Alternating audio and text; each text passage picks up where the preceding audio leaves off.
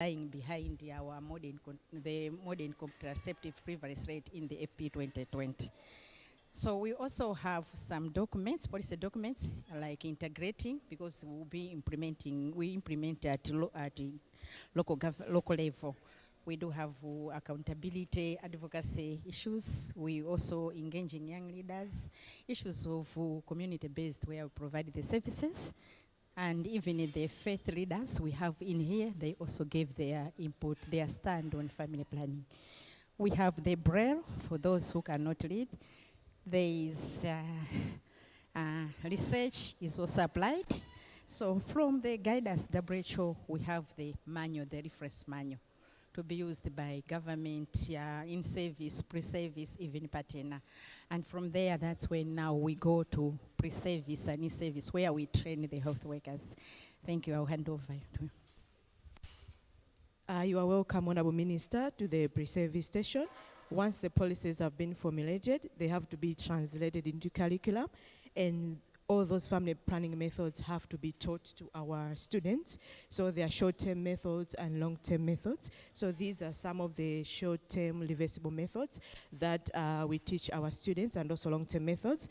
And once we have taught our students, we also want them to actually have hands-on clinical practice. So they have to do it in the skills lab before they can go to the hospital to provide those services. So we have some of the method. This one is implant-on, where they insert on the arm of the woman, and the student can also feel whether that process is successful. We have a dummy where they can feel it. And also this one is for the female loop, so they can insert, and also they will be able to see that, especially when now it's in the skills lab. And then we have got the vasectomy, which is done on the men, which is a long-term method, and also the condoms, they can demonstrate how to, yeah. Thank you. I hand over to the Good morning. Welcome to the Service Provision Pavilion. My name is Alfeo Shirwa. I'm one of the service provider in family planning. As a provider, we offer a variety of family planning services in different clinics at all levels, static, even at the hard-to-reach areas. So some of the methods that we offer, we start from the long term. Currently, previously we had the copper T loop. Previously they are saying copper T, and currently we are saying we have the new IUD, which is the same loop.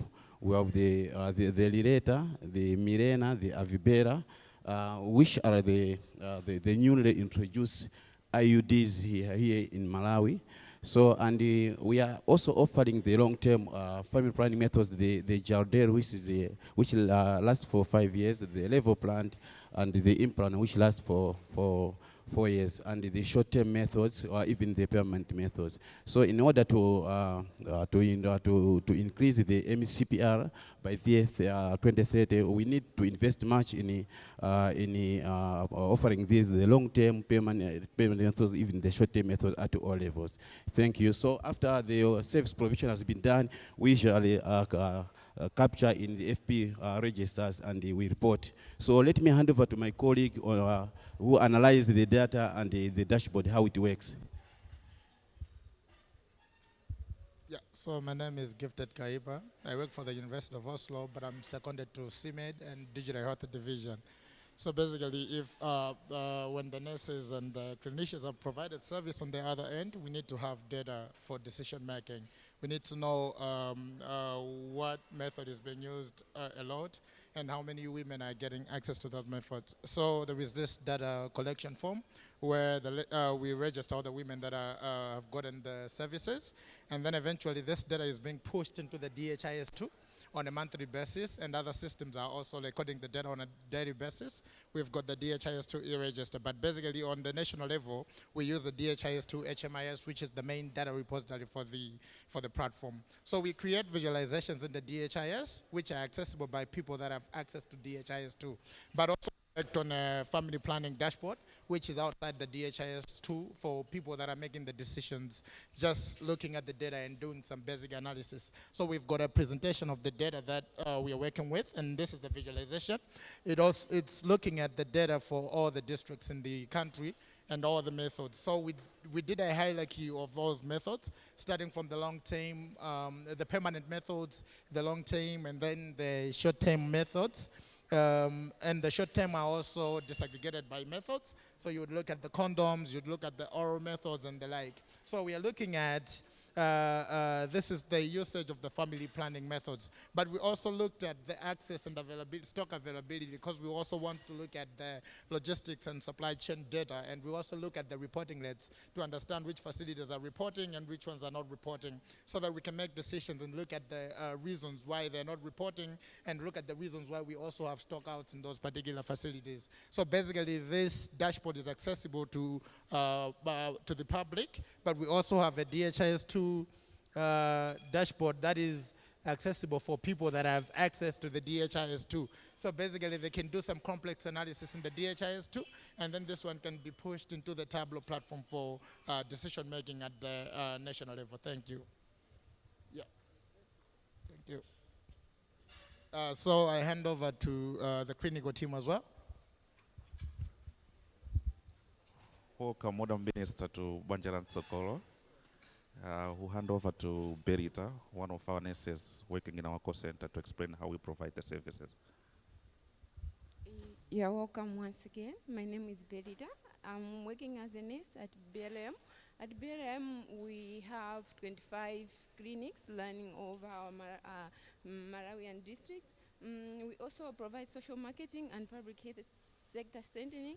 We also serve our youth in call center. We have our toll-free number, as well as chatting with them on WhatsApp and Facebook. So most the family planning methods we provide short-term methods, long-term methods, as well as permanent methods. On short-term methods, we have backup. A client takes backup within 120 days from the day the sex conducted. We also have pills. We also have this is combined pills. We also have this one pills. A client takes every pill 1 day up to 30 days.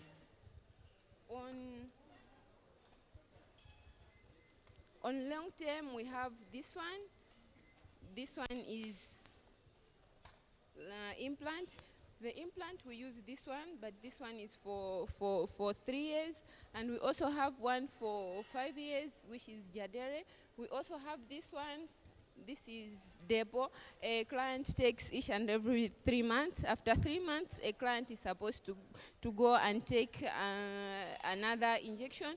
We also have condoms. We have female condoms, as well as the male condoms. So these are female condoms, and these ones are male condoms. We also have this one.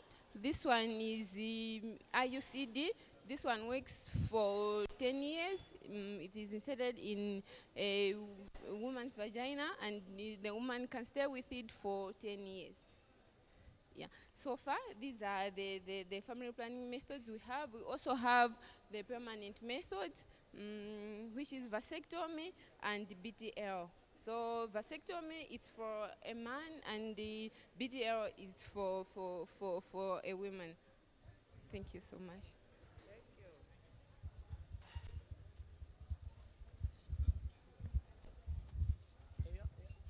Welcome, Honorable. So this is Family Health Services. We are also supporting the Ministry of Health in provision of family planning services. We work at the community level, as well as at the facility level, as well as we provide outreach family planning services. So I'll hand over to my colleague to talk more about our work in the community, as well as the youth. Thank you so much, and welcome our Honorable. This is a demand creation component, a hub of outreach services. We are responsible to generate demand, as well as providing information to our clients. So we have different source of information that we use when providing information to ensure that the clients are able to make an informed decision. So as you can see, we have mobilizers handbook, And also we have this sexual reproductive health handbook where we used when conducting in-school sessions. And we have Sunga Kosi, where we also use to encourage our girls to aim high. Apart from that, we work with community volunteers, where they also help us to conduct mobilization. So these are the contraceptives that when they are conducting the sessions, they refer. So thank you so much. I will hand over to my colleague, George, for Youth Alert.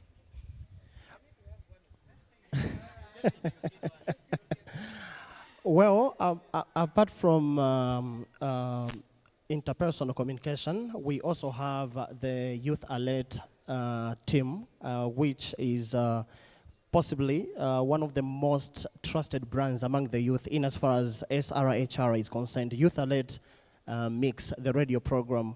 So we use this radio program as a tool for demand creation and also social behavior change too.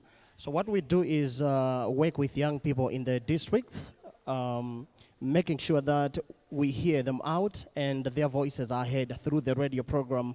Apart from the radio program, we also have our digital forums, social media platforms, Facebook, we have TikTok, we have Twitter, we have Instagram, all that complementing the messages that we share through our radio program. So that's what we are doing. And the good thing is this year, we are celebrating 20 years of existence because the program was introduced in 2002. That's way back, and we've been serving young Malawians for the past 20 years. And it's been a great journey, seeing young people getting the messages and everything. Yes.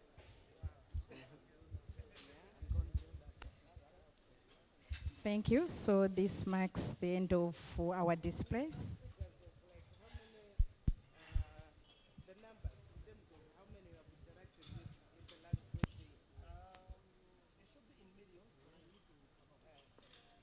I think you need that kind of feedback because you can be there for 20 years, but you need to measure your impact.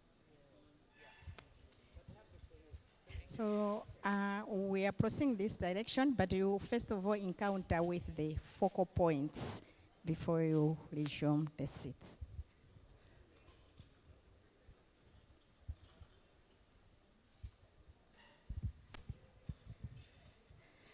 May we stand as welcome once again. Oh, so in the FP 2030 programming, just as we did in the FP 2020, we have focal points. Medepiri, the government focal point and the lead in the FP 2030. I will ask my colleagues to introduce themselves. Good morning, Honorable Minister. My name is Midi Kandala. I'm the focal point for the donor community. I work for UNFPA country office. Thank you. Good morning, Honorable Minister. My name is Betha Megodi. I work for USAID as a donor focal point. Thank you and welcome. Good morning. I am Comfort Chizinga. I'm the youth focal point, currently working under Momentum TNE as the youth and adolescents advisor. Thank you. Thank you. My name is Phoebe Kasoga, and I am the country director for Plan International Malawi, working as the civil society focal point. And just to add that we are here to hold you by the hand. Thank you and welcome. Thank you. Where are the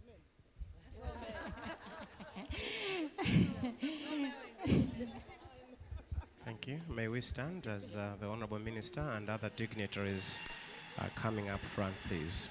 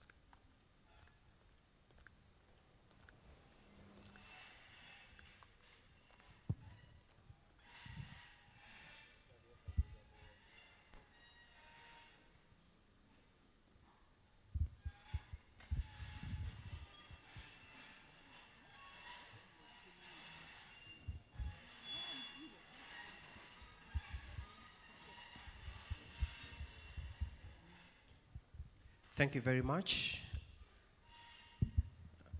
Good morning, ladies and gentlemen, and welcome to the launch for the Malawi Family Planning 2030 commitments. As we are starting our event this morning, I would like to invite Reverend I.V. Mahone to come forward and offer an opening prayer. Reverend Mahone.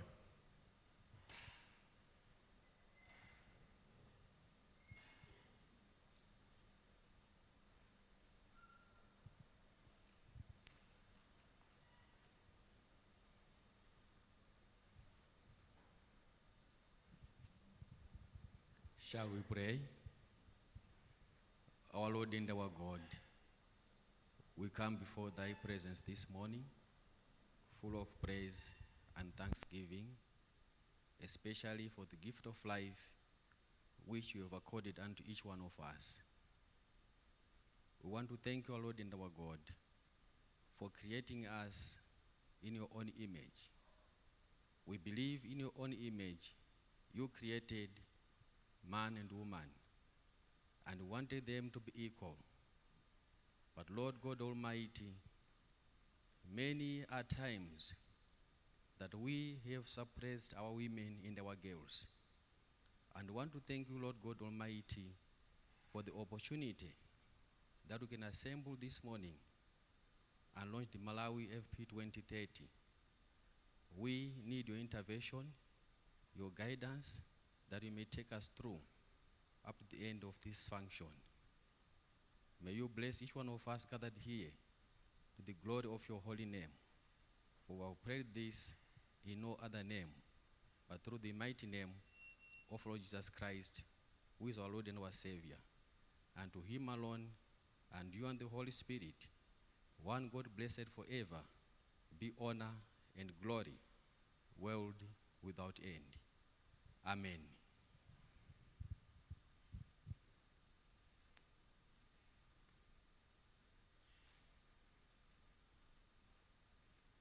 Thank you very much, Reverend Mahone, for that opening prayer. The Honorable Minister of Health, Honorable Kumbize Kandodo Chiponda, MP, Honorable Halima Daud, MP and Deputy Minister of Health, Madam Martha Chiwanda, Chief Child Development Officer, Honorable Chizi Mkandawire, Minister of Youth and Sports, MP, Dr. Queen Dube, Chief of Health Services, Dr. Fani Kachale, Director of Reproductive Health, USAID Acting Mission Director, Bilaine Tadesse, and the FP2030 donor focal point as well. The representative of FCDO, Deputy High Commissioner and Development Director, Dan Pine, who is also the FP2030 donor focal point. UNFPA Country Representative, Nalida Rodriguez, also an FP2030 donor focal point. And the Managing Director of FP2030 ISAHAB, Dr. Sheila Masharia, members of the Parliamentary Committees on Health, Women Caucus, and all MPs here present, all FP2030 focal point persons, or stakeholders present, the media, ladies and gentlemen, I would like to welcome you one more time to this glorious morning. Today is a great day where we are launching the Malawi Family Planning 2030 commitments. As the popular Chinese philosopher Lao Tzu said, the journey of 1,000 miles begins with one step. We began this journey a long time ago, and so far we are making a lot of progress as a country, as Malawi. For Malawi, the journey of meeting its family planning commitments started way back from around 2012 when we sat down and made commitments to increase modern contraceptive prevalence rate. And at that time, the target was to increase the prevalence rate to 60% by 2020. Around 2017, we had made a lot of progress and a lot of strides to the extent that we had to revise the commitments so that we still have other things to do, because we had technically exhausted the other things we had planned to do by 2020. So 2017, the commitments were revised, and by 2020, yet most of the commitments had been made, with a few that were still outstanding. We still have a lot of work to do as a country, so we cannot afford to relax.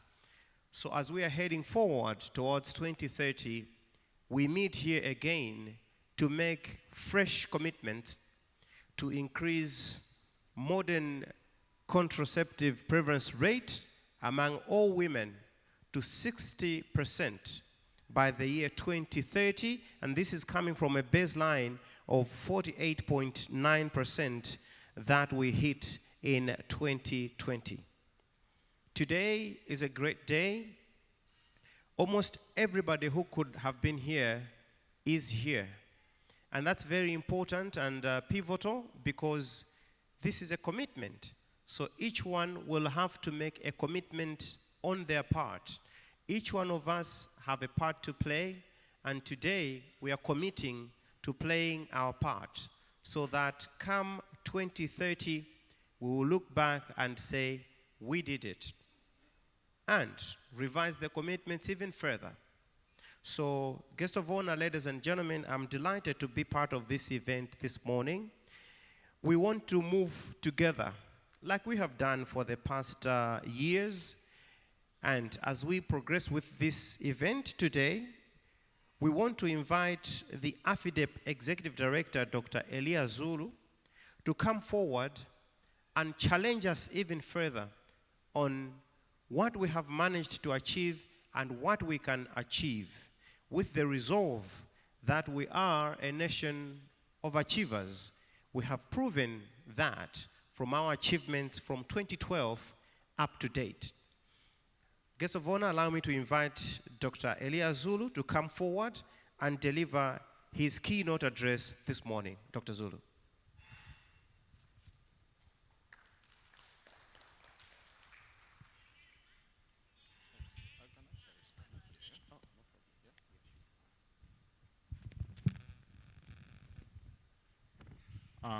Good morning, everybody. Good morning, Honorable Minister, the guest of honor.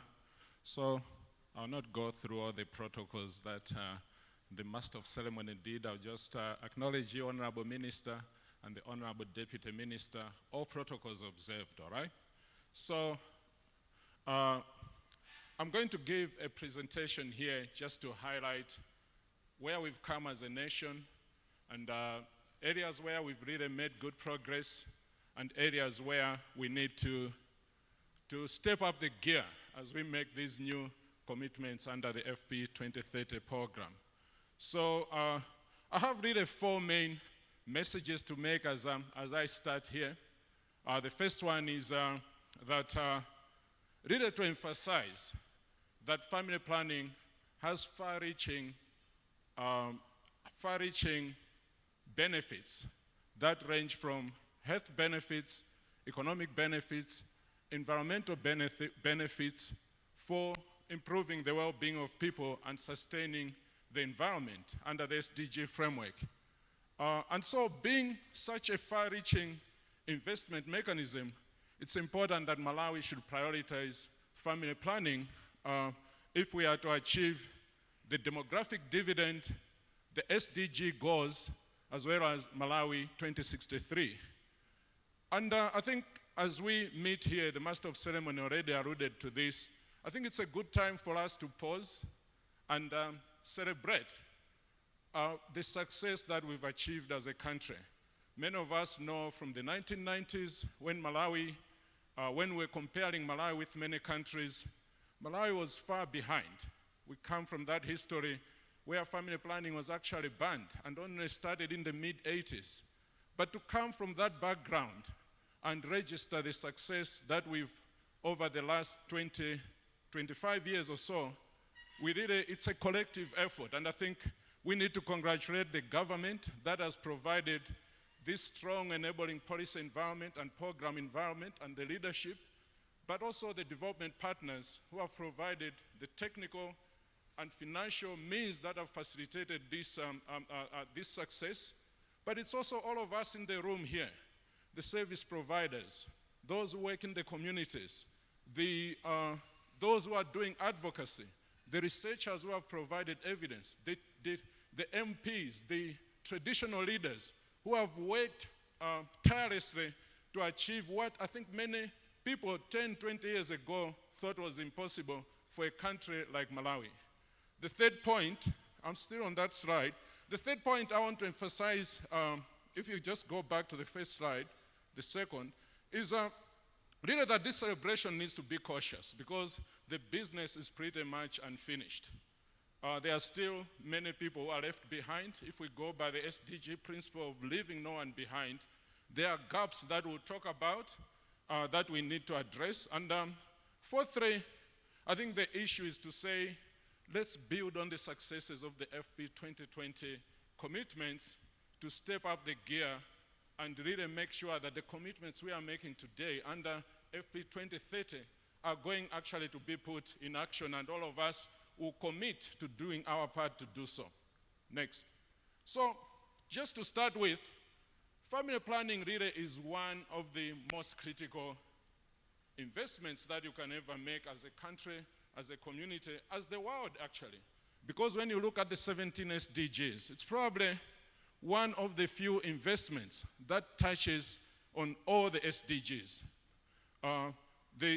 The first one, if you're looking at the SDGs to do with people's well-being, poverty, zero hunger, good health, quality education, gender equality, FP family planning is at the center. It's a very, very big stimulating factor for that.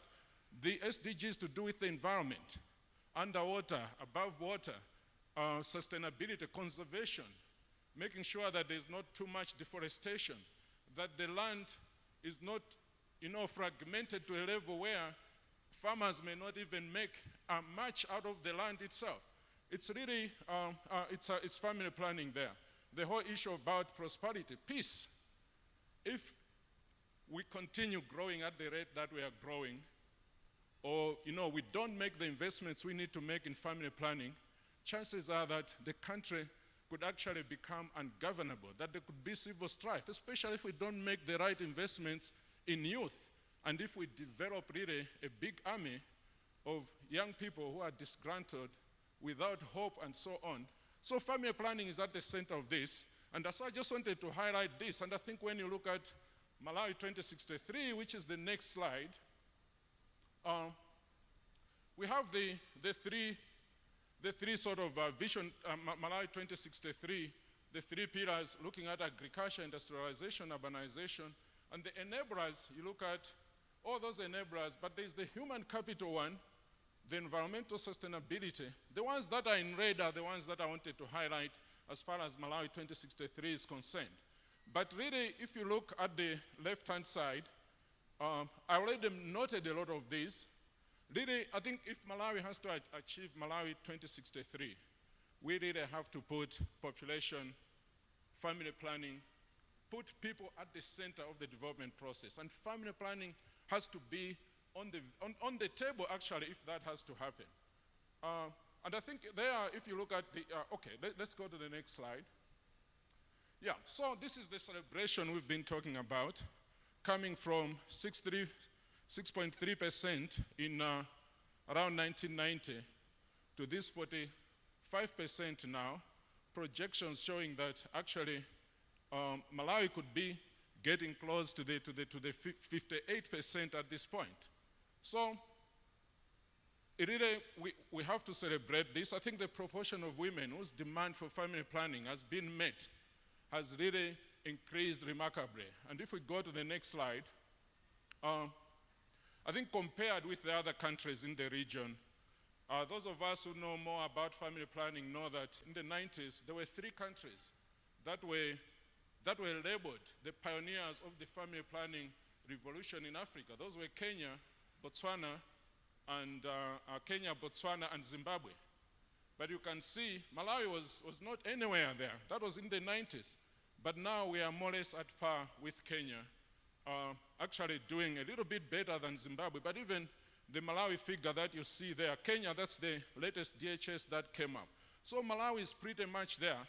And when you look at Malawi's data, it's really, even when you look at the global map, not just Africa, we are among the top countries in terms of use of contraception. Next. So why is contraception important? I think the more immediate issue is about population growth. Because if men and women who want to delay births, stop childbearing, don't have family planning, they will have more children than they want to have, which is what the situation is in Malawi. So it's not about coercing people. It's about voluntary family planning. It's about supporting people to fulfill their reproductive goals. That's what the world agreed on in 1994 in Cairo. So we're not talking about provide family planning in order to manage population growth, but I think we need to understand that there's already high levels of unmet need. There are already a lot of people who want to do something, and if we worked hard, scale up the efforts that we've already been working on, that the birth rates will come down and the population. So one thing we need to know is that these population projections assume what the UN calls the medium variant. So it already makes big assumptions about birth rates falling between now and 2063. So if the birth rates don't fall at the rate that they have been falling now, actually that number in 2063 could be 56 million, according to the high variant. So with it, we know that with population, we already have all these development challenges in Malawi. If the population continues growing more rapidly than this, these are more or less the numbers that we'll have if we continue with the FP2020 sort of goals that we had. If we scale up in under the FP20 2030, it's likely that these numbers could be reduced quite a bit. Next.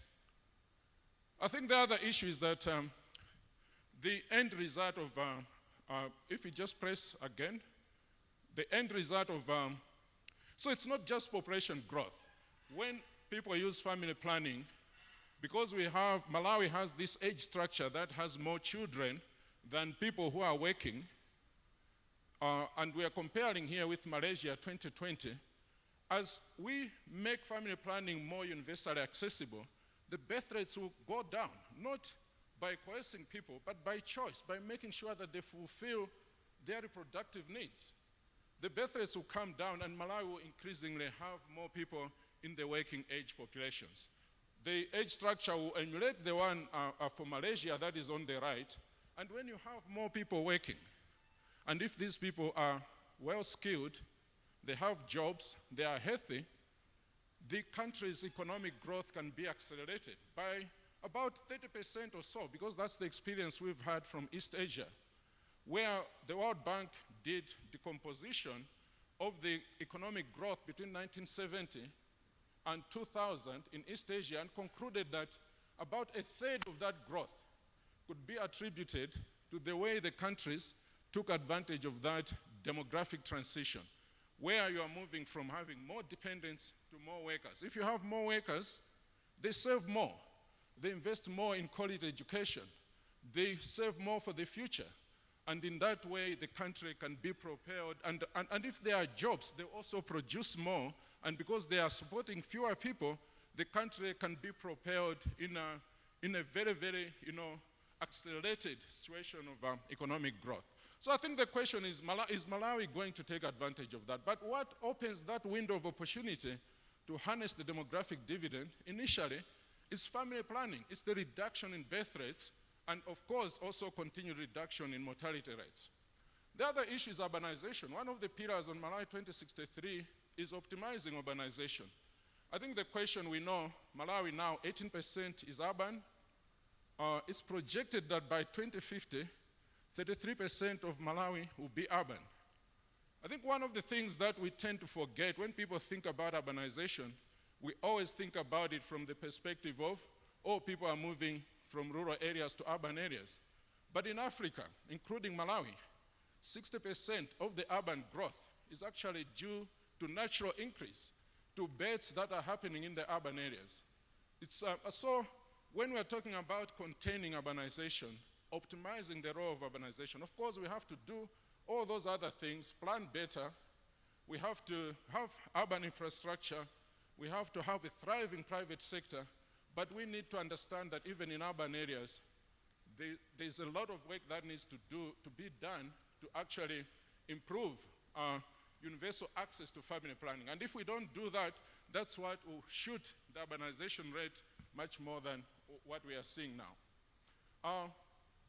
The other point that we need to note is also related to health. I said one of the benefits of family planning are the health benefits.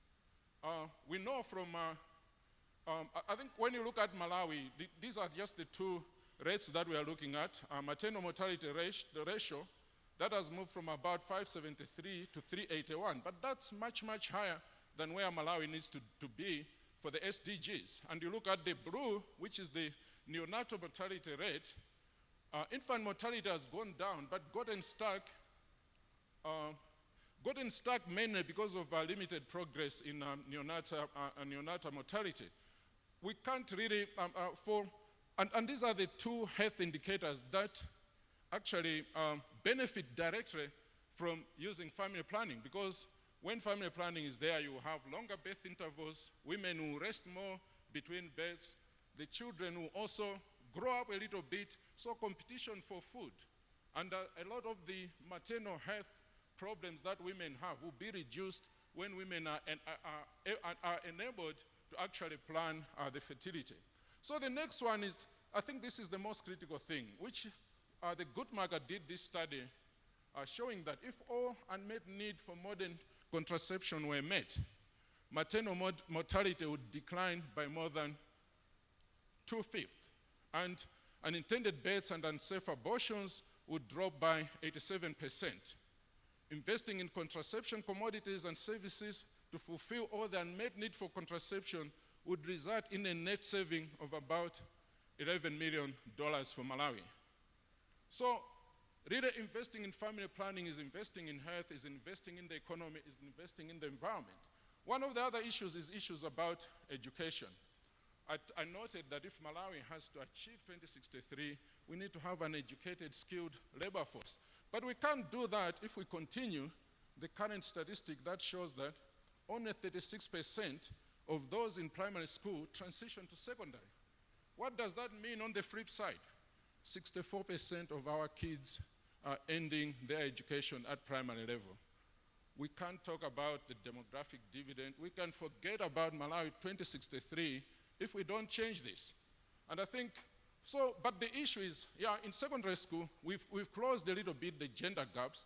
And if you look at the next slide, you'll see that this is just comparing girls and really seeing how Malawi lags behind when you compare with other countries. This is the percent of women with secondary or higher education in various countries. You look at where Ghana, Namibia, Zimbabwe are, 63, 76%, Malawi is at 26%. But I think I'm linking this to family planning because we know that if you look at the next slide, the next slide I think is just highlighting the fact that if we just at the rate that population is growing now, Malawi needs to expand the number of places, the secondary school places. We already have challenges having enough secondary school spaces, but just even to keep the status quo in terms of those enrollment ratios, Malawi needs to build to have 2.2 million, by 2032, needs to have 2.2 million spaces of kids in secondary schools. By 2027, 2 million. By 2022, 1.8. So you're looking at an increase of about 0.4 of a million spaces between 2022 and 2032. So you see, we already have these challenges. Because of population growth, the challenges are going to become bigger and they are going to become more. So the urgency for us to act in addressing these issues, but also in making sure that all those who want to delay births, to stop childbearing, are enabled to do so. One of the things is teenage childbearing. You can see there one of the most troublesome statistics you can see in Malawi is really the extent to which young people are becoming mothers. And you see here, Malawi and Zambia have one of the highest. The other African countries quite low, the percentage of teenagers who are having children. A lot of this is because a lot of young people are not having access to family planning. And also in Malawi, there's this big debate. We have Ministry of Health, Honorable Minister, I would say this, and sometimes Ministry of Education not speaking the same language on what we need to do to protect kids who are in school. But I think we also have to say that the issue about comprehensive sexuality education cannot just be about what happens in school. If 64% of our kids are not even going to secondary school, which is where a lot of the comprehensive sexuality education is being done, then all of us here, actors in this field, what do we do about comprehensive sexuality education for these 64% of the kids who are not even going to secondary school? So that's critical. I think this chart, we're comparing here these three transitions, what you might call adolescent transitions to adulthood. The first one is age at sex. The second one is age at first marriage. The third one is age at first birth. And as you can see, we're comparing Malawi, Cameroon, Ghana, and Rwanda. Malawi has among the earliest ages of starting to have sex. So when people come and say, oh, let's not think about providing services to young people, that's the statistic we are facing, that our kids are studying sex compared to the other countries earlier. But I think when you compare the blue and the gray charts, that's where now you start seeing where the big problem is related to school dropout, but also because a lot of us, I know a few years ago, a lot of people were saying Malawi has a child marriage epidemic. But I think when you look at this, the difference between age at first marriage and age at first birth is about 6 months. So what you can see there is that a lot of girls are getting pregnant, and because they are pregnant, they are being forced to get married. The real epidemic we have in the country is really young people having pregnancies, and then this is disrupting their lives. They are rushing into marriage. They are dropping out of school. Next. I think one good thing about the progress we've made in Malawi is also that we've closed the differentials in contraceptive use. As you can see here on the left, it was comparing contraceptive use by wealth status of the households in which the women live. So around 1990, you could see that those who were the poorest women were using, less than 5% of them were using contraception, and those who were the richest, about 15%. That was in the 90s. But I think what you see is that those differences are narrowing, which shows that the program has really been expansive and it has reached out to many places. But the right-hand side is just showing that while progress has been made among all women, among young people, and among adolescents, that's where the big gap remains. Next. So I think we should go to the next one. Yeah. So I was talking about this issue because a lot of people tend to say, oh, when you provide family planning, that's what will make people want to have fewer children and so on. But really, family planning is about helping women and their partners fulfill their reproductive intentions. And what you see here is we are showing the gap in blue, wanted fertility. These are the number of children women want to have. But the one in, I don't know whether that is pink or orange. I'm colorblind somehow. But there you see that there's a gap. So as of 1992, there was a gap of 1 child. I don't know what the data will be showing as of now. We need to update this. But really the point is, in general, people are having more children than they want to have. And if you ask yourself, why is that happening?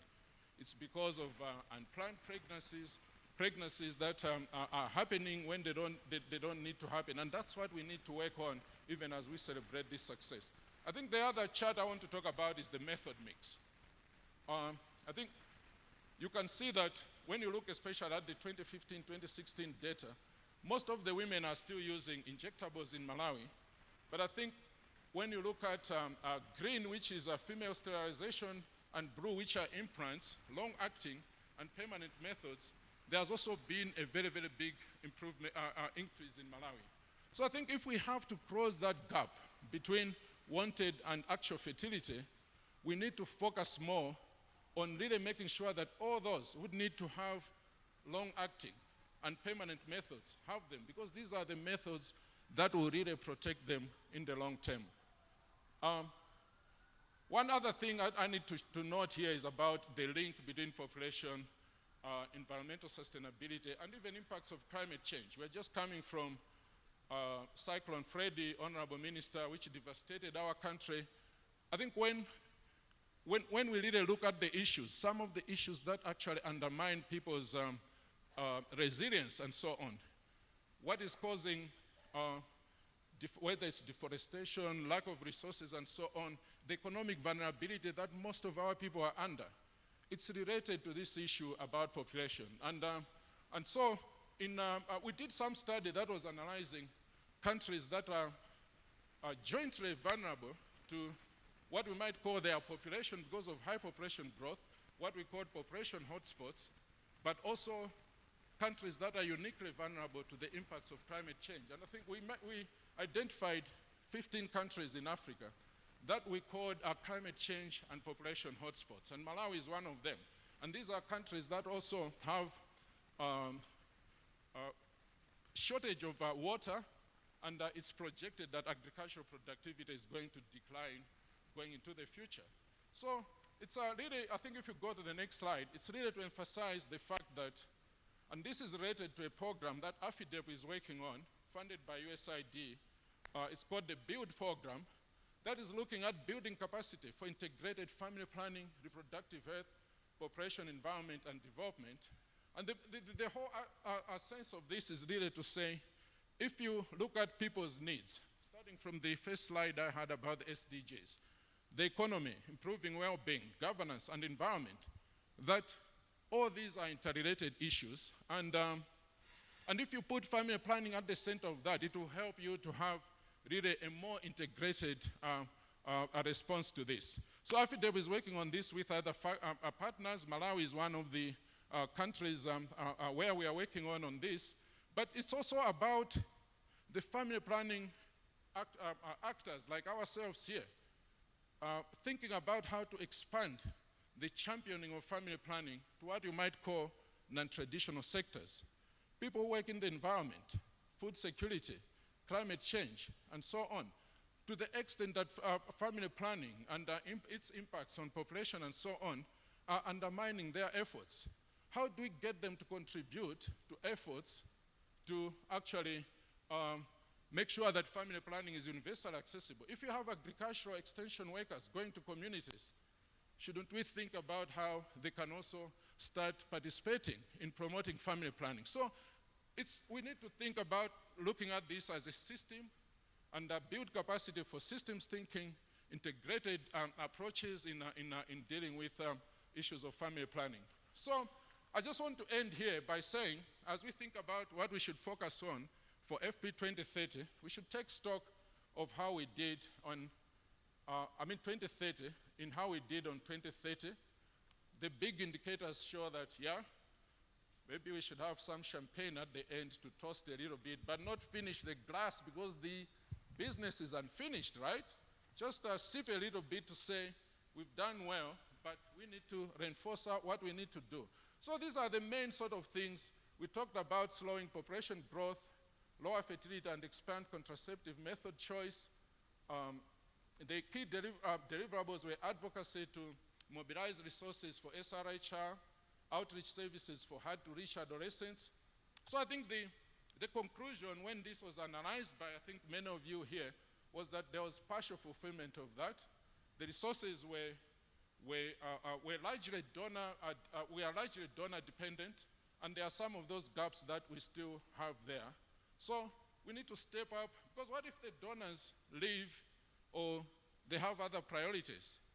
Is the family planning program going to collapse? I think that's the question we need to ask ourselves. The second commitment was, just go back please. The second commitment was ending child marriages by 2030. In 2012-13, actually as part of the, I remember I was in London at the London Family Planning Summit, and the Vice President then, Honorable Kumbo Kashare, made this remarkable commitment there to say Malawi is committed that there should be no parenthood before adulthood. So people can start voting at 18, which defines adulthood, right? But then kids were giving birth at 12, 13, 14, 15. So he made that commitment, and as a result of that, many of us worked on this with Parliament. We increased age at marriage from 15 to 18. But the result is, if you look now at the medium age at marriage now, the one that we just looked at, it's about 19, right? Which shows that half of all the girls are getting married by age 19. But there's still big chunks that are getting married before age 18. So we need to find ways in which to reinforce that act. So I think the issue about ending child marriages by 2030 is pretty much unfinished business because of what we've just said. The issue about integrating modern methods of family planning and comprehensive sexuality education in public media and so on, a lot of progress has been made on this, but as I said, I think in terms of how we do it with education, there are models. Rwanda has tried to do this. We know that schools are not supposed to be places maybe to disseminate contraceptives, as many people in education argue, but how can we at least deal with this? There are countries that are putting service centers near schools and that sort of thing, because at the end of the day, we can't bury our heads in the sand and say, okay, Kaisha this, Kaisha that, but at the end of the day, you are having so many girls getting pregnant and losing, their opportunities to contribute to national development and take care of their families. So if we go to the last slide now, I think there are 6 points I want to end my presentation with. First is just to say this issue about financing of family planning and commodity security. The program is still very fragile, and we need to step up that. Second, reducing inequalities in family planning, focusing. It's good that now the highline sort of commitment that was made by the ministry, we are highlighting this contraceptive use for all women increasing to 60%. We need to make sure that we're not just focusing on married women. So this comprehensive sexuality education issue, we need to address it. Thirdly, it's about quality of services, making sure that we really focus on getting these long-acting and permanent methods to all women who need them. Number 4 is reinforcing the coordination of reproductive services. One of the FP2020 commitments was to upgrade in the Ministry of Health, the reproductive health, what was it that time, Dr. Kashari? It was a unit, it was upgraded to a directorate to make sure that there is better coordination and so on. So that's one thing we need to celebrate, and we have seen how that has impacted how program work has happened in the country. We need to make sure that we reinforce that and also incorporate data more in our decision making. There's that capacity building of creating new champions. Some of us are becoming old now. Who are the people who take this forward? Members of Parliament want to champion this. Last year we just formed the parliamentary, helped Parliament set up the parliamentary caucus for population and sustainable development, and MPs want to go in their communities and do this work. How do we train them further? So I think, how do we build capacity for systems thinking, cross-sectoral approaches and so on? That's another critical thing. And finally, advocacy, advocacy, advocacy. It's part of what has brought us here. We need to reinforce that, make sure that we also bring researchers, universities more into these discourses to improve data generation, but more critically, data use at district as well as at national levels, at community level, to improve our programming. Thank you very much, and I look forward to further discussions on this.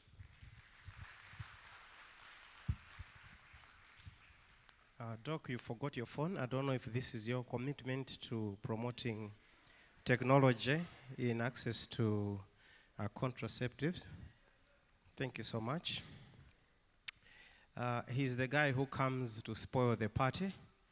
When we are celebrating our achievements, he comes here and he says, not just yet, guys. we still have this and this and that to look into, and we're like, come on. We thought we were about done here, and then he says, no, we are not. But then isn't that important that while we are celebrating our achievements, we don't slacken the pace, we don't get too complacent. We remember that the gains that we have achieved needs to be sustained. Otherwise, it's very easy for us to slide back. And then 2030 will be like, uh-oh, what happened?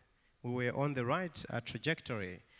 But what I got, many things, of course, that I got from his presentation, but what hit me was that sometimes when you talk about issues of family planning, it's considered as a side issue. We want to talk about, you know, the real things, agriculture, the economy, education, health, and things like that.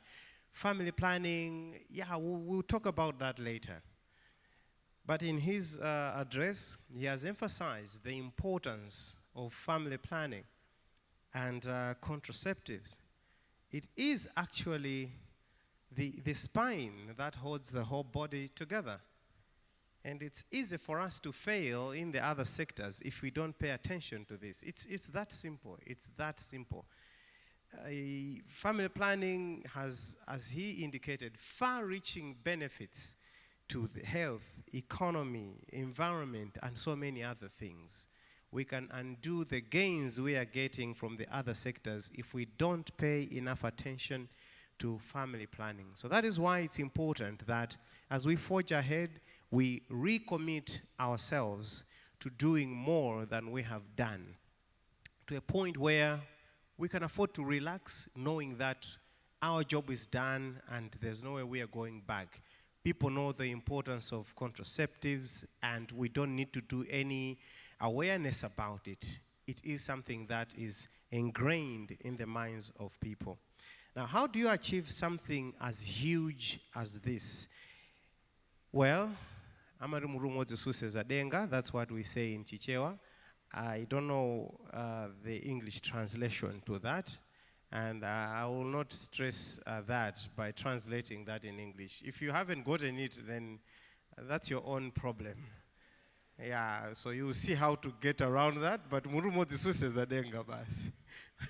but essentially, there's no single player who can do this alone. Now we need development partners, we need players in all sectors, in all fields, and that is why we are privileged today to have key partners that are cheering us on, saying, let's go Malawi, let's do this. We have got the USAID, we have got the mission director, Bilan Tadese, who is going to come forward and address us and tell us how they commit to helping us mobilize resources so that we can achieve the things that we want to do.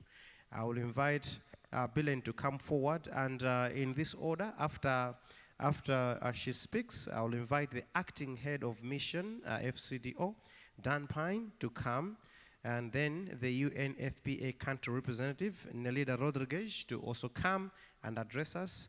And then last, but by no means least, the managing director of FP2030 East and Southern Africa, ESA Hub, Dr. Sheila Masharia. So that I don't have to come back and forth, after Bilan speaks, Dan comes, and in that order, and then I will be right back. Thank you so much.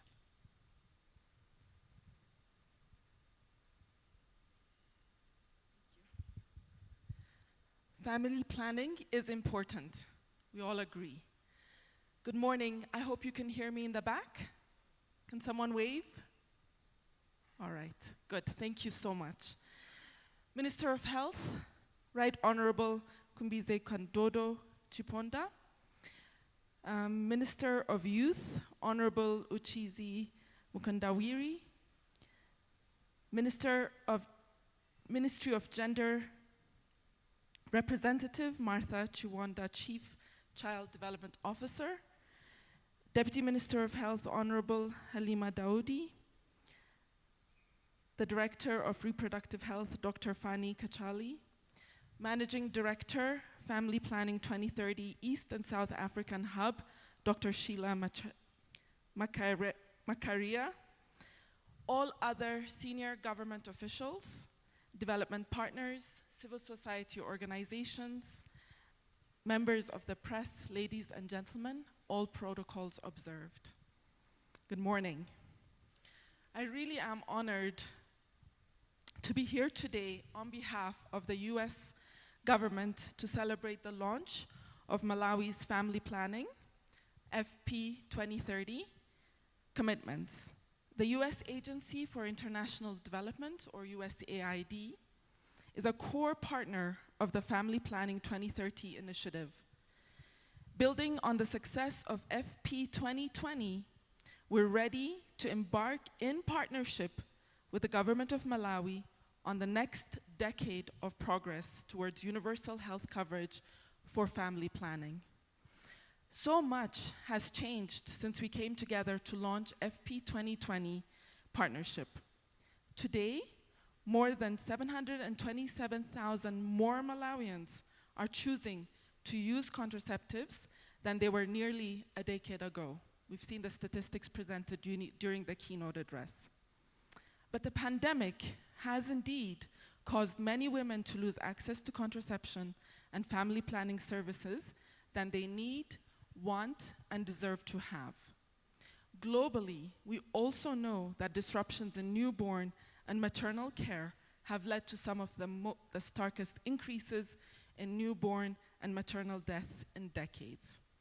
That's why we're here today. That's why USAID has launched the Primary Impact Collaborative with Family Planning as a key element of its success.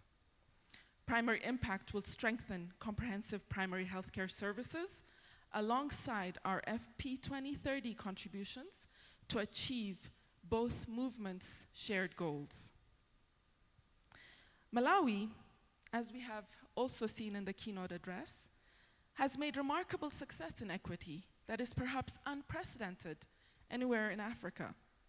Women, as we have seen the statistics earlier, have similar rates of family planning use, whether they are rich or poor, live in rural or urban areas, or have a primary, secondary, or university education.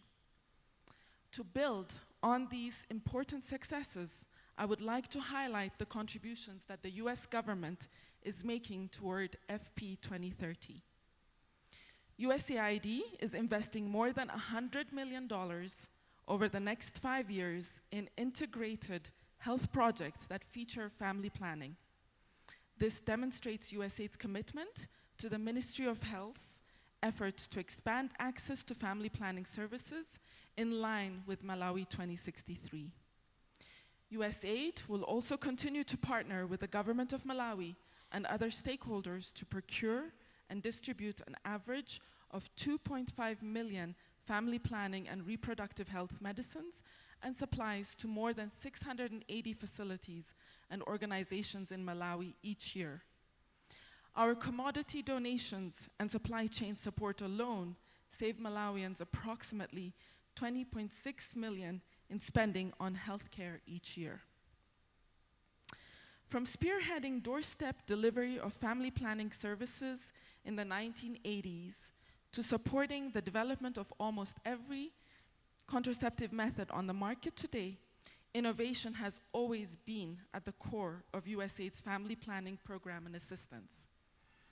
In Malawi, USAID will continue to support high-impact approaches such as mobile outreach and task sharing, providing training and supportive supervision so that more healthcare workers are able to provide the services that are in highest demand. Additionally, we will support the government of Malawi to introduce innovations like the new hormonal IUD as a family planning option, while continuing to prioritize high-quality counseling and services. That said, Malawi's population is on track to double in less than 20 years. We know that when a population has access to family planning, the fertility rate will gradually drop because women and men are able to choose when and how many children to have. Let us, for a moment, imagine the benefits that could accrue if the fertility rate drops from the current 4.2 births per woman to 2.3 by 2050. Let's imagine that. Again, keynote address has already addressed this. There could be more jobs for Malawians. Gross domestic product per capita could be 20% higher. With a smaller school-going population, the government of Malawi could save over $1.1 billion on education. With lower fertility, there could be 30% more arable land per person. The health sector could save $8.7 billion in healthcare costs between now and 2050. In short, we will see a more inclusively wealthy and self-reliant Malawi if access to family planning continues to expand. As we celebrate our renewed commitment under Family Planning 2030, the US government is proud to partner with you to save lives and change lives for good. Zikomo Kwambiri.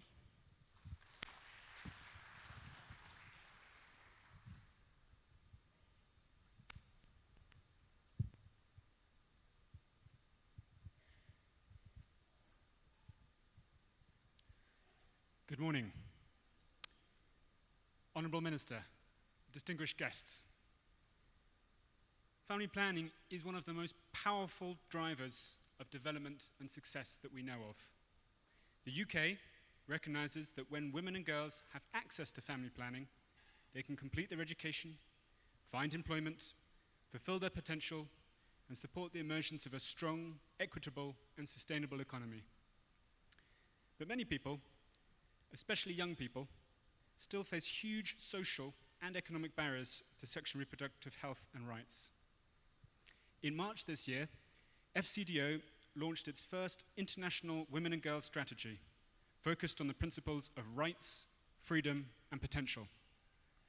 This commits us to spend at least 80% of our bilateral aid budget on programs that have gender equality as a core component. So I know that my organization is behind me when I say that delivering results on sexual and reproductive health is a fundamental priority for the UK government. Since 2018, at a global level, we've helped 25 million women and girls access family planning advice and supported 9.5 million women and girls to use modern methods of contraception. As we know, investing in this is helping countries harness their demographic transitions, as well as helping to end preventable deaths among women and children.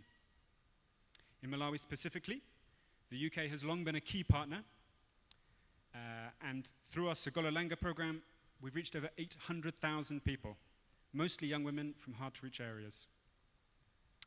As we work together to deliver these commitments, the UK will be increasing our support on family planning, in making sure that methods of choice are available, particularly to young women, as set out in these commitments.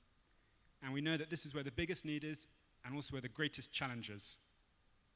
I'm really excited when I read this and I see the areas that we're trying to focus on: sorting out the supply chain, ending child marriages, reducing teenage childbearing. These are really difficult goals, and they mix technical challenge with social issues. But there's one thing that's common across all of them: the need for strong and consistent leadership. We need this to come all the way from the top, breaking through the coordination difficulties, myths, and misconceptions that still surround this area. Only then can Malawi achieve her demographic transition ambitions to reach the vision enshrined in Malawi 2063. So the UK commits to work with the government of Malawi and other development partners towards these 7 areas, and I look forward to playing my personal role in this mission. Zikomo Kwambiri.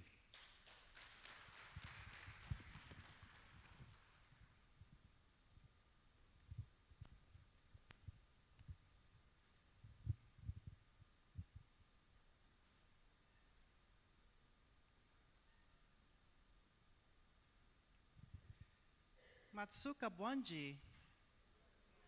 I hope I am pronouncing it well. I'm still learning. The Minister of Health, Honorable Kombezi Chiponda MP.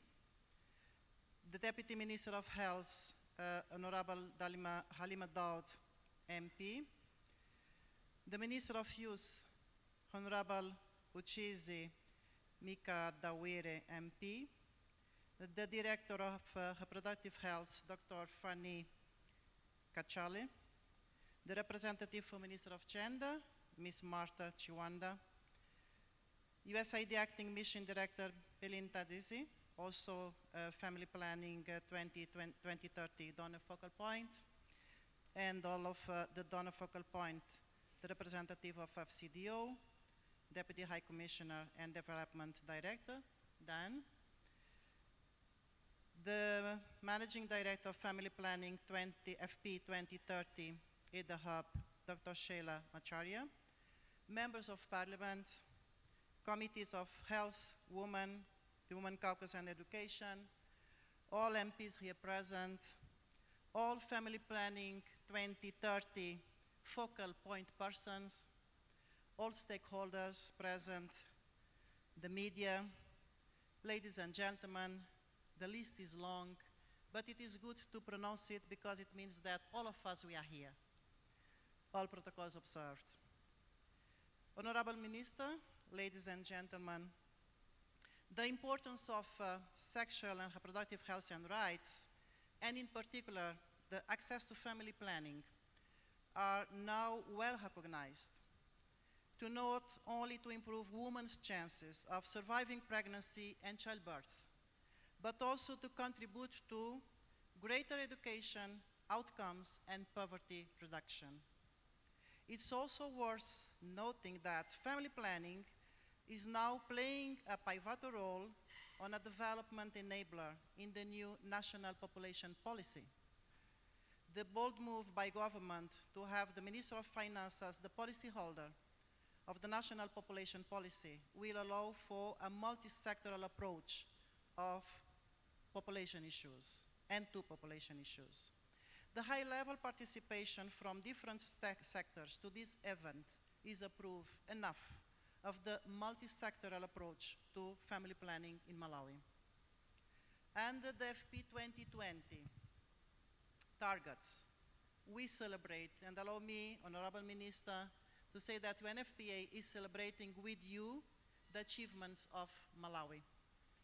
Malawi has successfully achieved the 60 modern contraceptive prevalence rate for married women, and it is important to highlight it, for married women, while 48% for all women.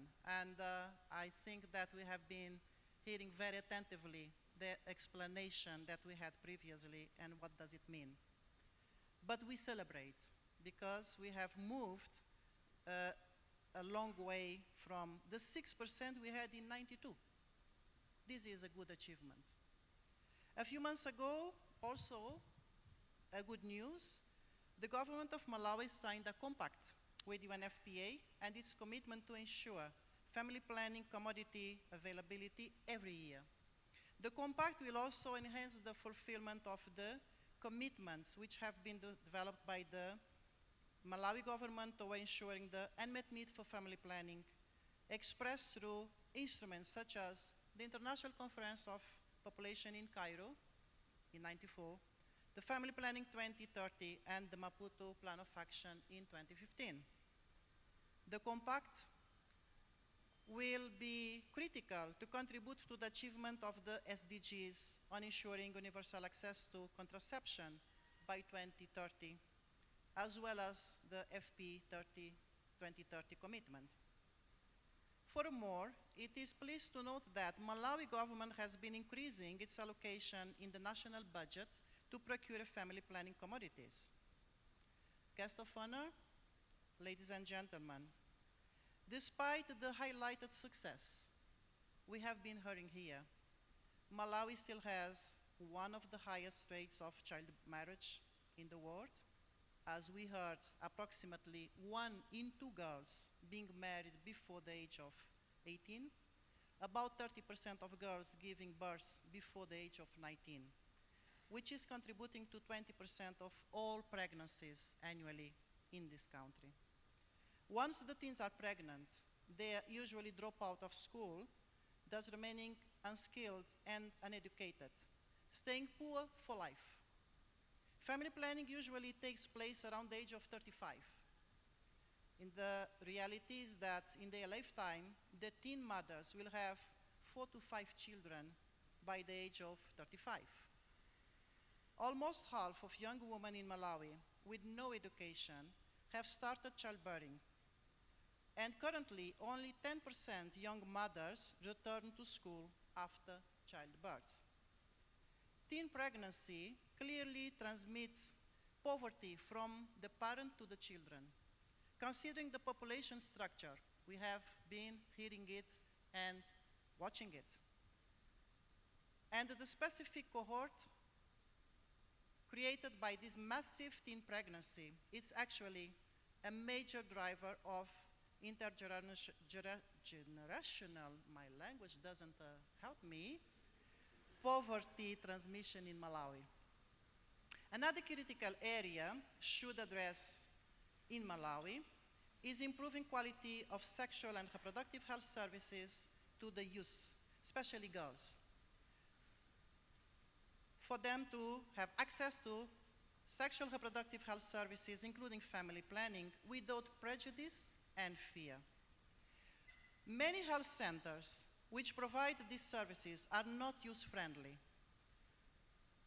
In light of these challenges, the country has committed to achieve 100% of their services points delivering sexual reproductive health and rights are youth-friendly.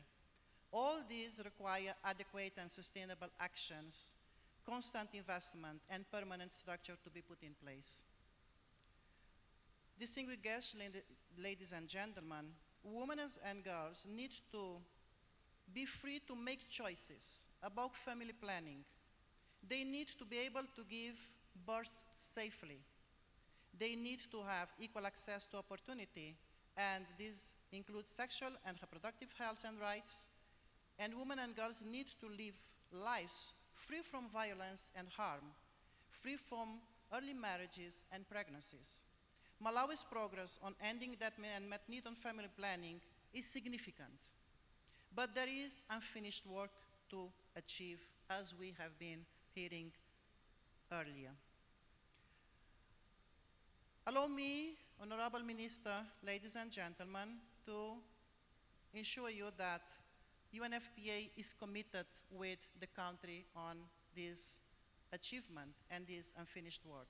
UNFPA is in the final stage of developing our 9th country program starting next year, and which expressed to be implemented for the time of 75 million for 5 years, which is ambitious, which is huge.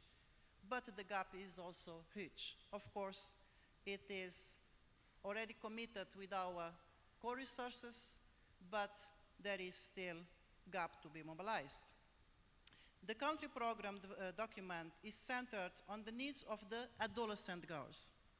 Together with the support of partners, UNFPA will work to empower the adolescent and youth, enhance their skills to make informed decisions about their lives, including those related to their sexual, reproductive health and rights.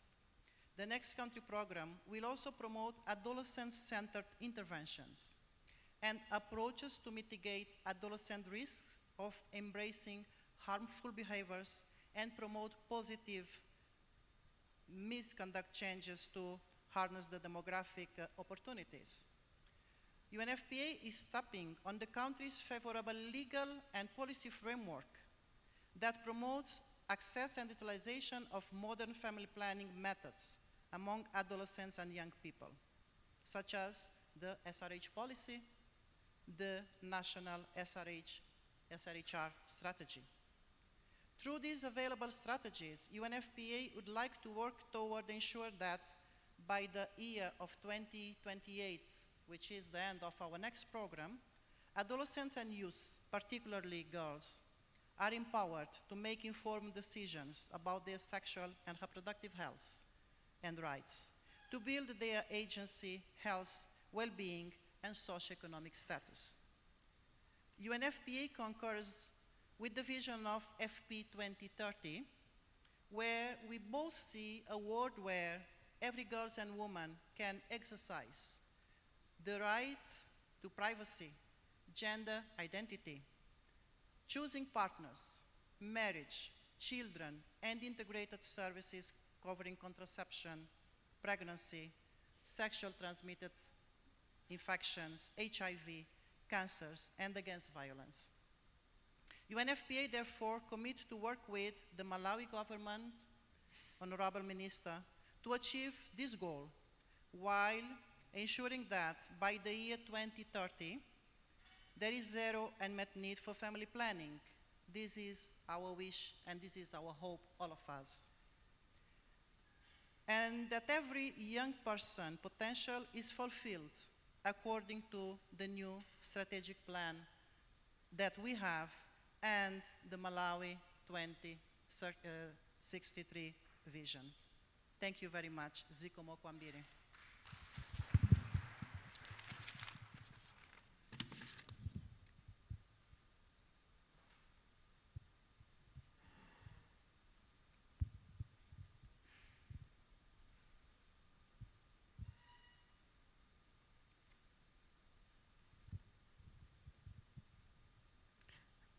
Honorable Minister for Health, Kumbize Kandondo Chiponda, the Honorable Deputy Minister for Health, Halima Daoud, Honorable Uchizi Mkandawire, the Member of Parliament, Ministry of Youth and Sports,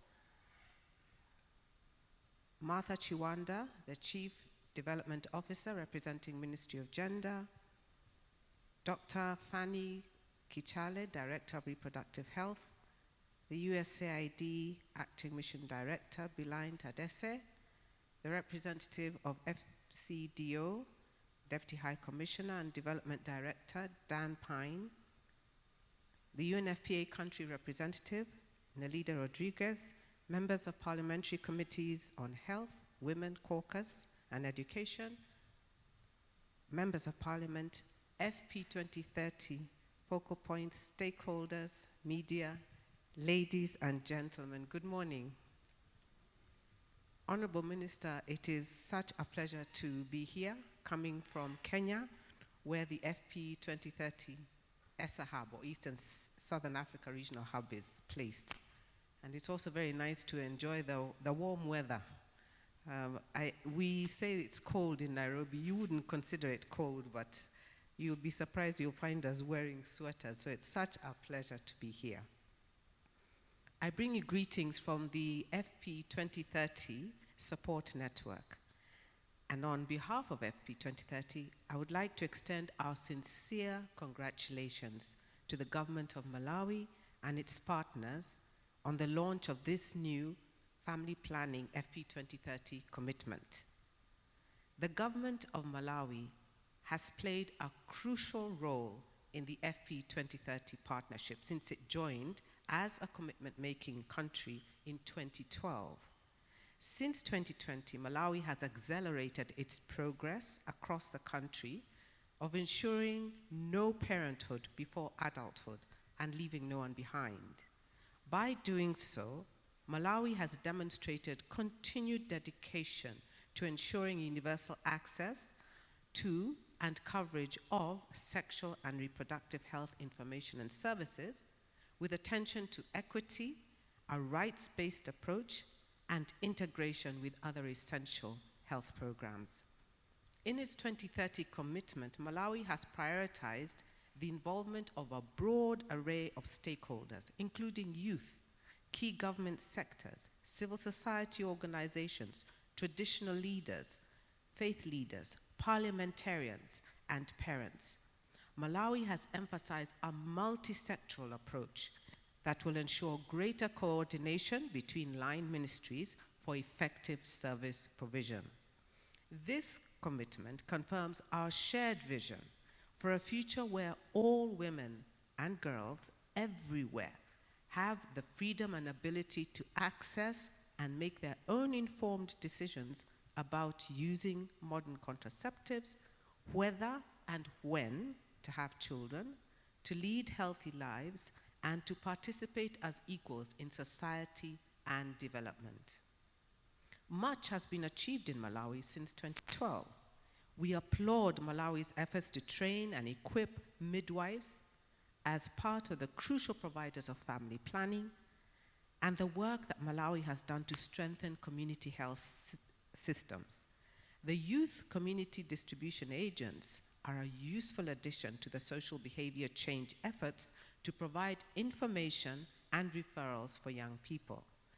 These are great achievements indeed, which required continued political will from the government, from the highest level, as well as robust collaboration between key stakeholders.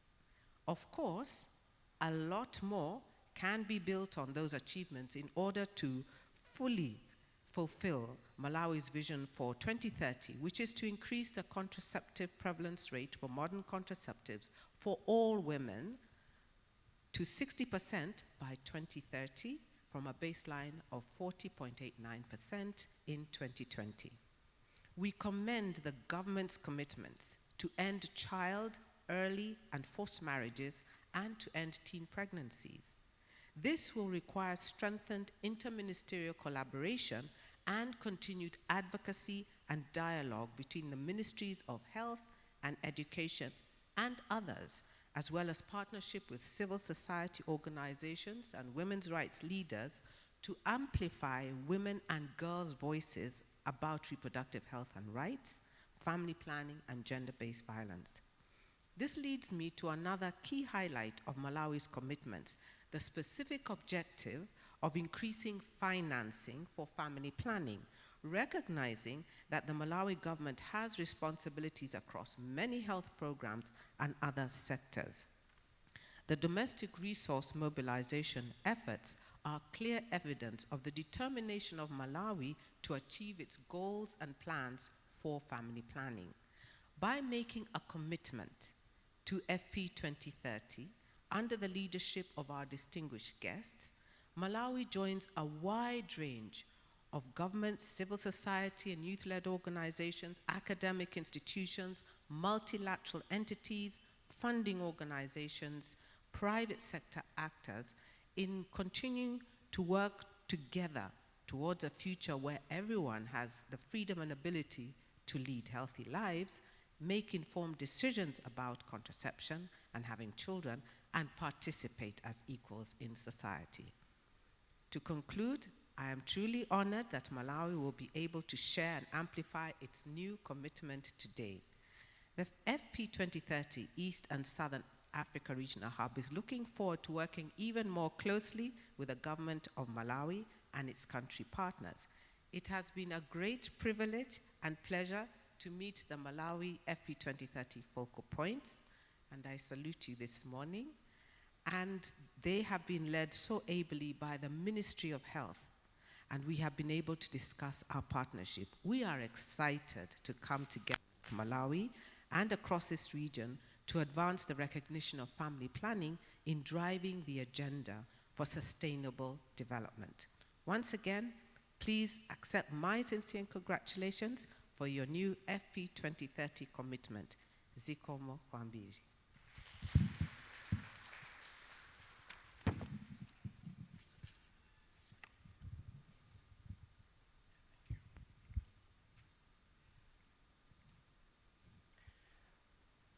Thank you very much indeed, Sheila Macharia, Managing Director for FP 2030 ISA Hub.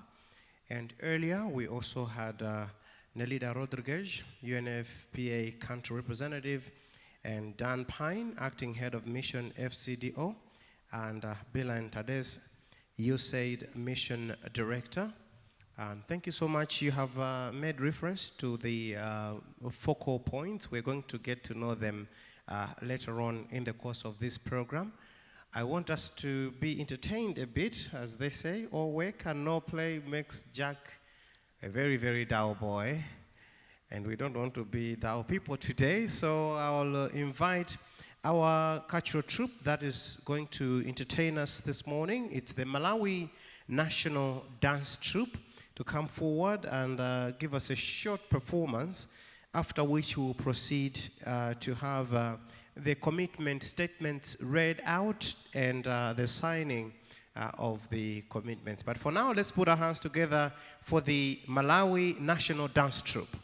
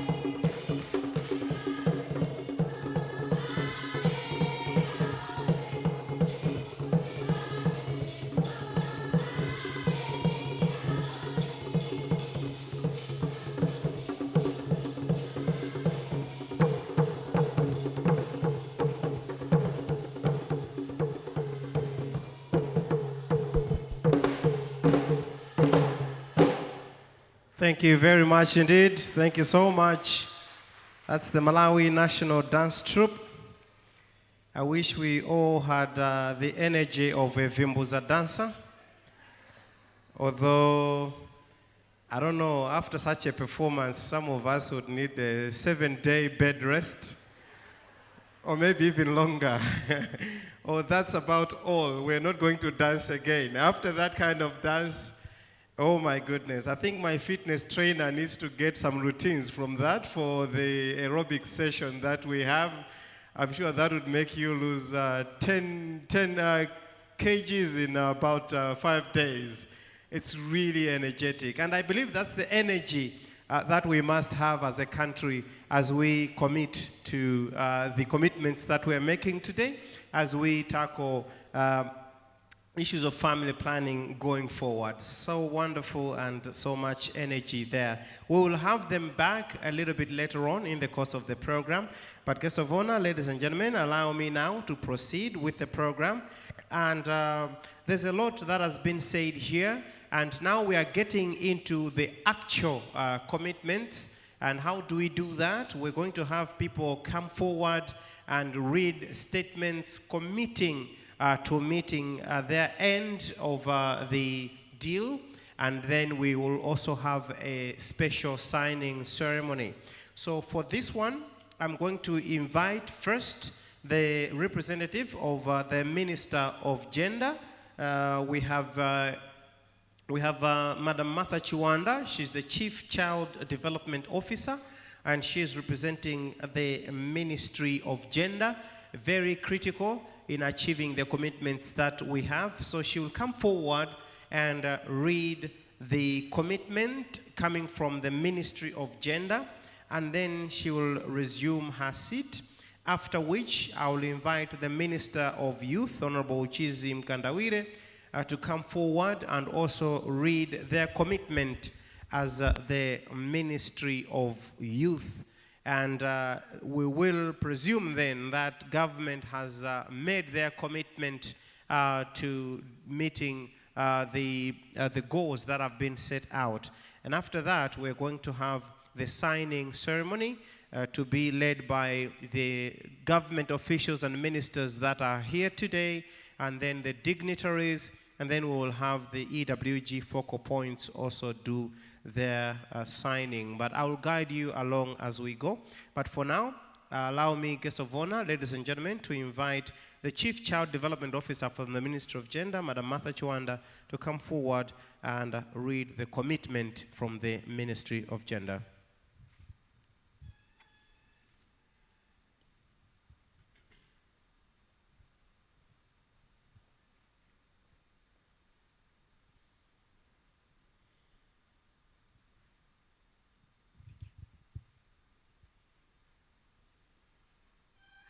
The Minister for Health, Honorable Kumbize Chiponda, MP, the Deputy Minister of Health, Honorable Halima Daudi, MP, the Minister of Youth, Honorable Uchizi Kandawire, all protocols observed.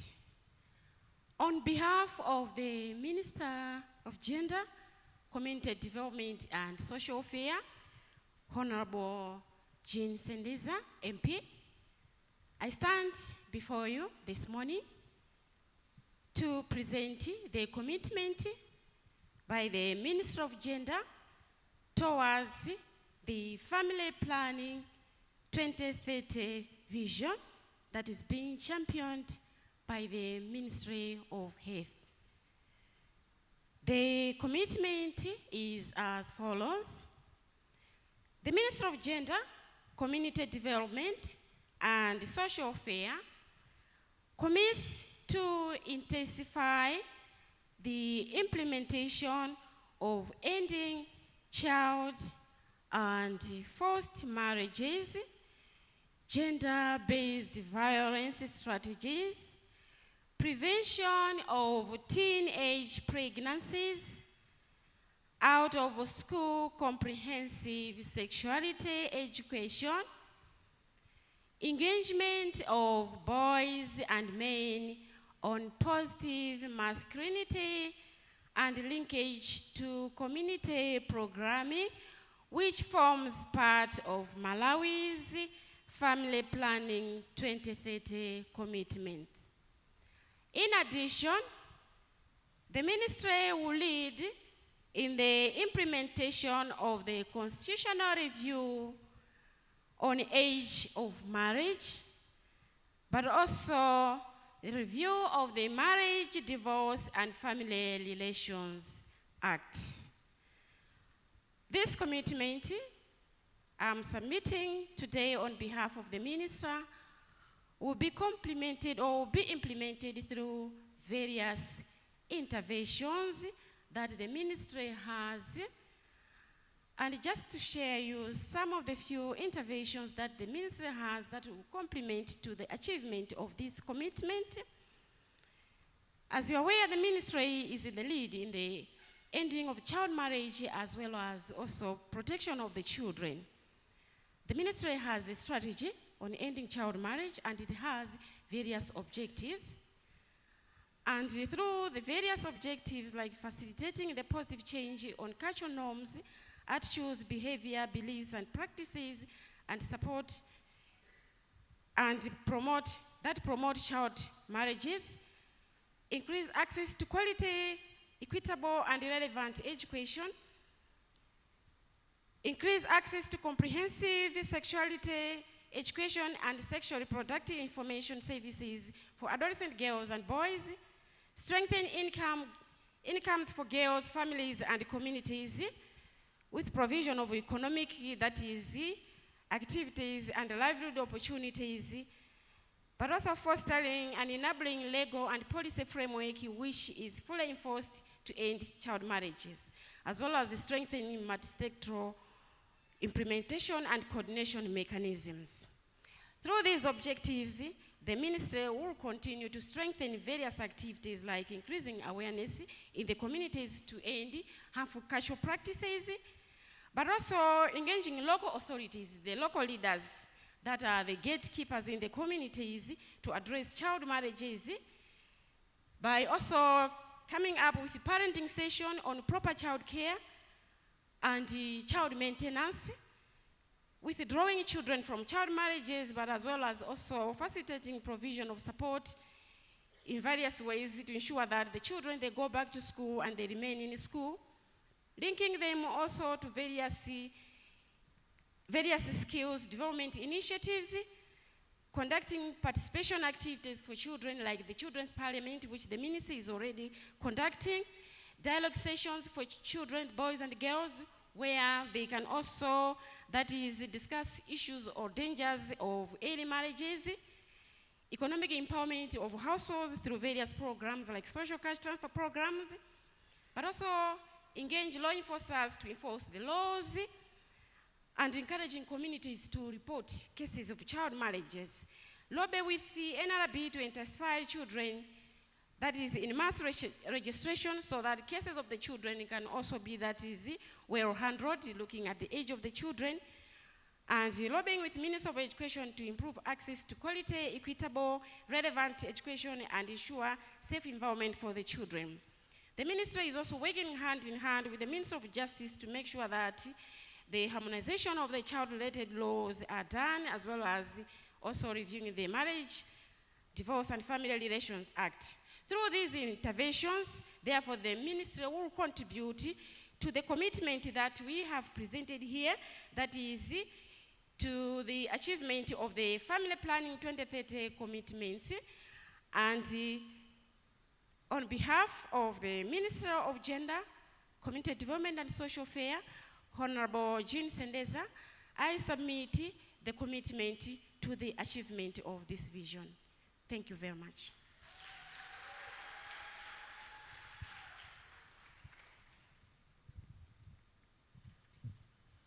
Thank you very much indeed. The Ministry of Gender is critical to the achievement of the goals that we have set here to be achieved by 2030, and we are delighted that we are in this together. Let me hear from the Minister of Youth, Honorable Chizim Kandawire, MP, to come forward and assure us of their commitment. Thank you.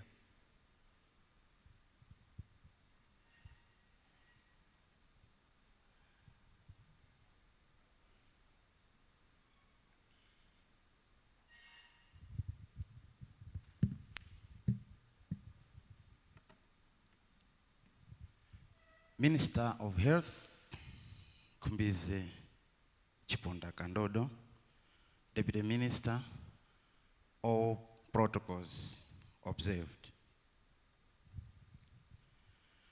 During the course of my service as a member of Parliament, at one point I happened to be in the Parliamentary Committee on Trade, Industry and Tourism.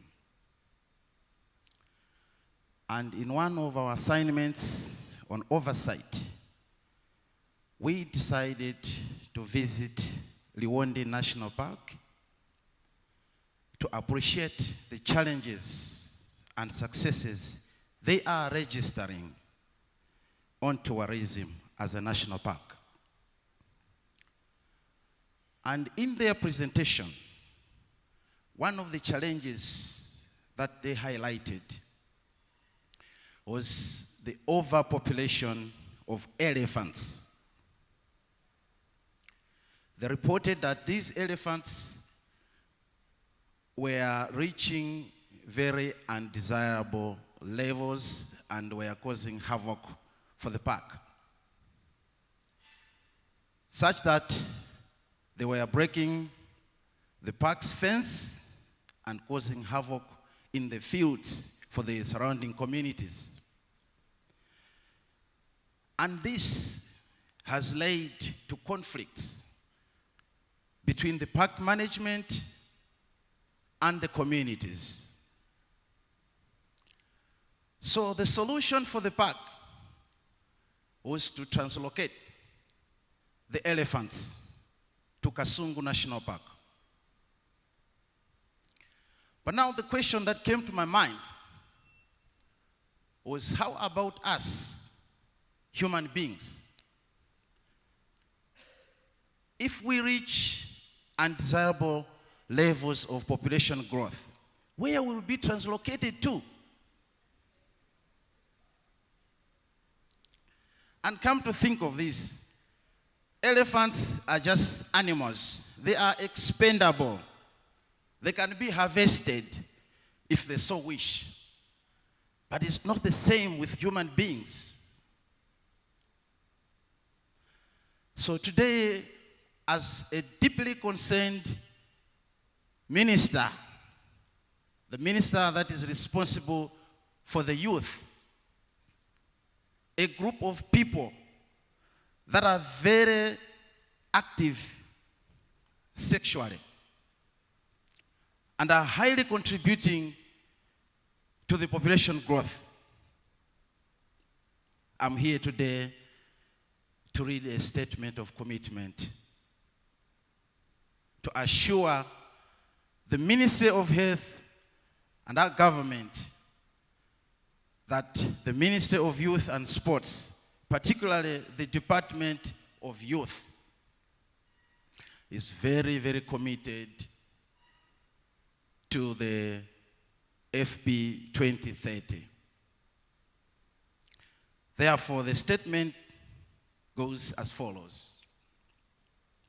The Ministry of Youth and Sports commits to lead the implementation of the Adolescent Girls and Young Women program, intensify out-of-school comprehensive sexuality education, including engaging boys and young men on positive masculinity through youth structures.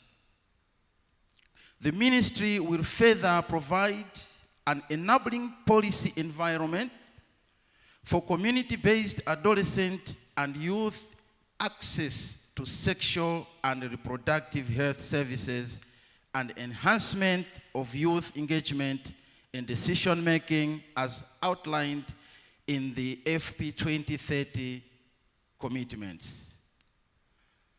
Ladies and gentlemen, distinguished delegates, thank you very much.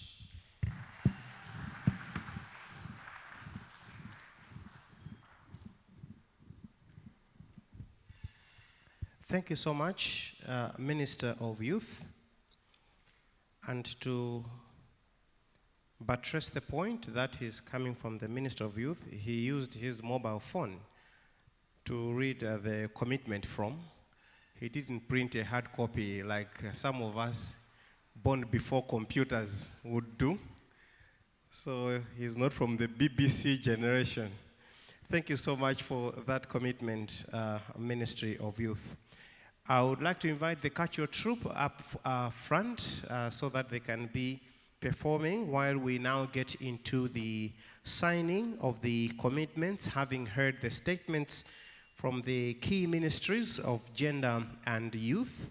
Let me invite the civil society focal point, Phoebe Kasoga, to come forward and supervise the signing of the commitments. And I will be inviting the dignitaries one by one to come forward and sign. I will start by inviting a representative from the Ministry of Finance and Economic Affairs. We were supposed to have the Honorable Minister, Minister Gwengwe, but he's not here with us. I don't know if he delegated that responsibility to anyone from the Ministry of Finance and Economic Affairs. Let me also have a representative of the Minister of Local Government, Unity and Culture to come forward and sign on behalf of the Minister. I don't know if we have a representative from the ministry. If we don't, I would invite any DC from any district or DHSS from any district. Can we have the cultural troupe march in, please? The cultural troupe, and let them come in. Maybe they can just line up somewhere there and perform while we are having the signing ceremony. Do you have any representative from the Ministry of Local Government? It's very critical in this exercise. Then I'll proceed to Minister of Youth. Minister of Youth, would you please come forward and sign? If we have representatives from those ministries, I would like to be notified so that we can duly invite them. Guys, if you can just find some space and perform while the Honorable Minister is going to sign there. Thank you. So that's the Minister of Youth coming to sign. Can I also call forward the representative of the Minister of Gender to come forward and sign? Martha Chiwanda, please come forward and sign on behalf of the ministry. You can be singing. Thank you.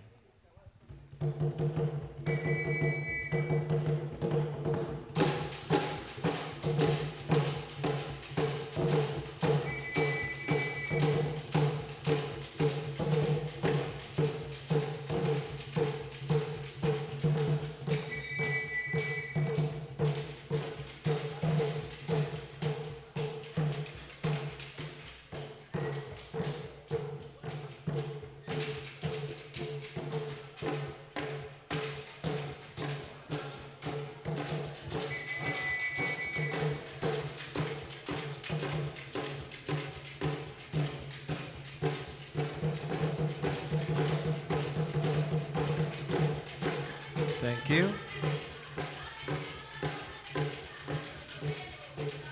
Thank you. Can I have the USAID Mission Director? USAID Mission Director, come forward.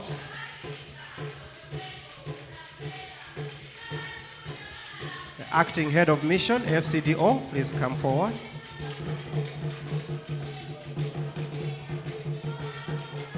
UNFPA, please come forward.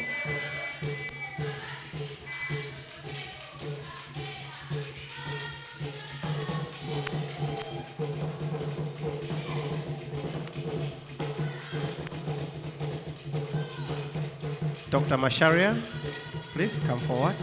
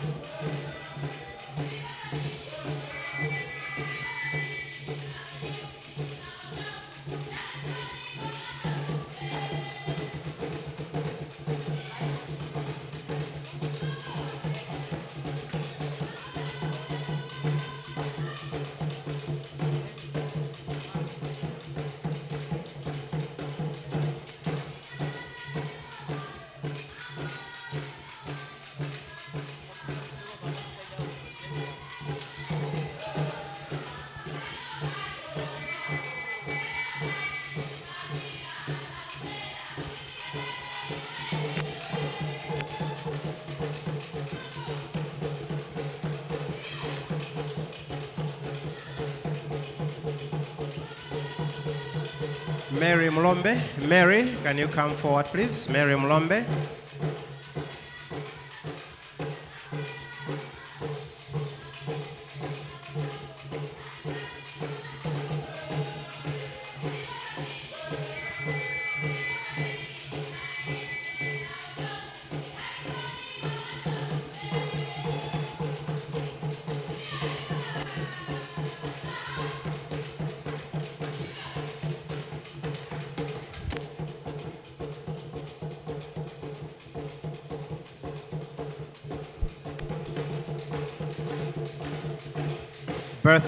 Bertha Migodi.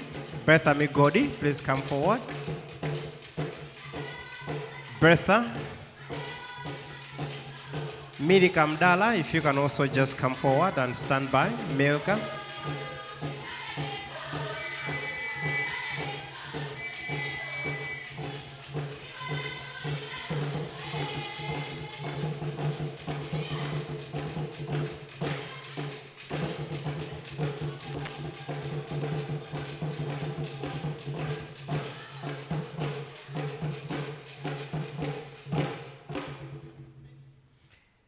Milika Mdala. Comfort. Comfort Chizinga.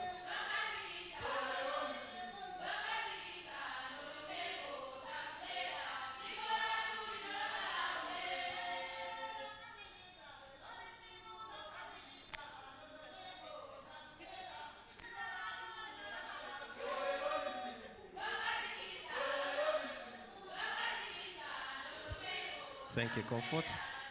Phoebe, you can also sign after she's gone. One last piece from the cultural troupe, and then I will release you. One last song from you. Thank you.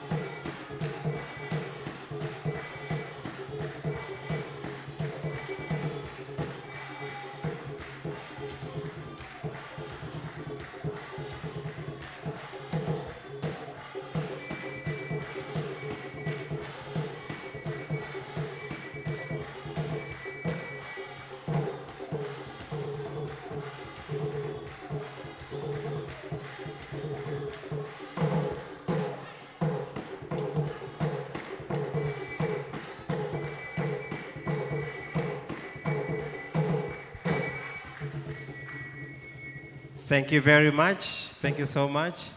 Thank you very much. A round of applause to them as they go out. Thank you very much indeed for that performance, and we will be calling you back a little bit later on, but for now you can go back.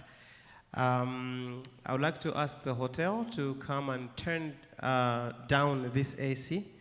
It's getting a little too cold. I did invite the group focal points, and I just wanted to give you a little info on who they are. Now, there's a group called the Fp2030 Engagement Working Group Focal Points.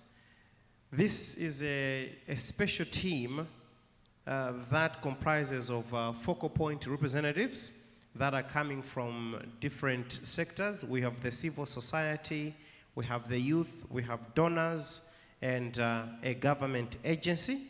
These are very, very important and critical partners in achieving local and global FP 2030 goals. And together as a group, they work to advance the rights of Malawians to access reproductive health services and rights.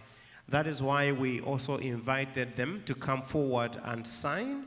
We have from government, the focal point and chairperson of the EWG, Mary Mulombe Piri. Mary, if you can just stand and wave to the people in here. Thank you so much. And we also have the USAID donor focal point and co-secretary of the EWG, Bertha Migodi. Can you please just stand and wave? Thank you so much. UNFPA, donor focal point and co-secretary of the EWG, Miri Kamdala. Thank you so much. And Plan International, we have got Phoebe Kasoga. She's the CSO focal point. Thank you so much, Phoebe. And we can't leave out the youth, so we have Comfort Chizinga, youth focal point. So these are the people who do what we call the donkey work. They're the ones who are on the ground, making sure that they're pushing things forward and that we realize the goals that we are setting in. I just wanted to acknowledge them and also to emphasize that we know about their existence. Moving on with the program, our guest of honor, ladies and gentlemen, we're going to have quick remarks by Dr. Queen Dube, Chief of Health Services, to come forward. I see that we have Madam Kachale to come forward and deliver her remarks, and also to invite you, our guest of honor, to address us this morning. Madam Mary Kachale, please.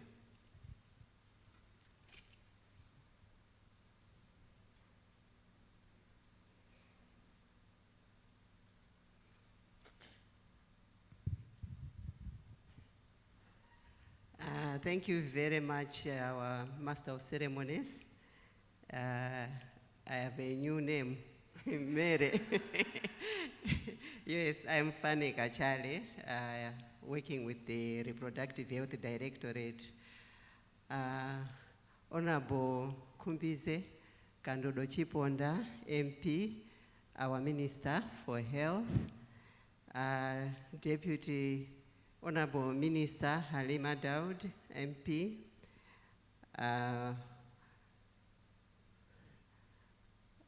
Dan Pine from FCDO, Nelida Rodriguez from UNFPA, REP, and Belien Tades from USAID, that's the mission director.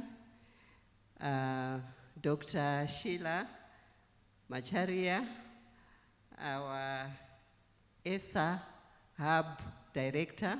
Thank you very much for gracing our occasion. I think other countries are going to admire. I don't know whether you were at their ceremony. All protocols observed. My role is just to request the Honorable Minister to address us. But before I do that, allow me to repeat from what we have heard so far. I would want to say that family planning is not a Ministry of Health issue alone. Rather, it is a population and development issue. That's why we had all the different other people signing. Don't leave it to Ministry of Health alone. We had our colleagues from Ministry of Gender committing to say that if we leave Ministry of Health alone, come 2030, we will not have achieved all the requirements that we are setting. Also, allow me to say what the president of Uganda, Yoweri Museveni, said way back at a family planning conference in 2013. He said, let's make family planning to maternal health what vaccines are to child health. We know that vaccines are very important for child health. And if a vaccine is missing, the country would shake because we don't want our children to die from preventable deaths. Same with family planning. If contraceptives are missing, it means women and girls are going to have unwanted pregnancies. That's not what we want. So it is now my singular honor to request the Honorable Minister to address us. I thank you.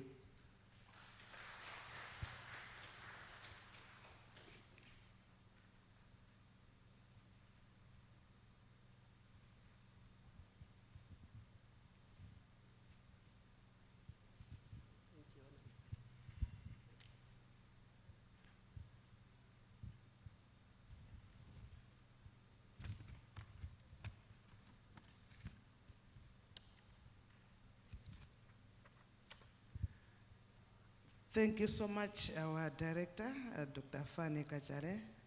Let me recognize the presence of the Honorable Deputy Minister of Health, Honorable Halima Daudi, MP. We also had the privilege of having Honorable Uchizi Mkandawire, who is the Minister responsible for youth and sports.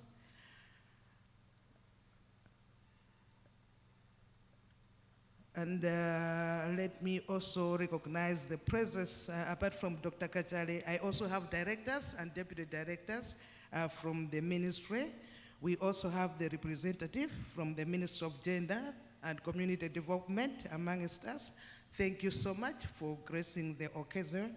Let me also, in a special way, welcome the USID Acting Mission Director, Berin Tadis, who is present with us. We are honored to have your presence this morning.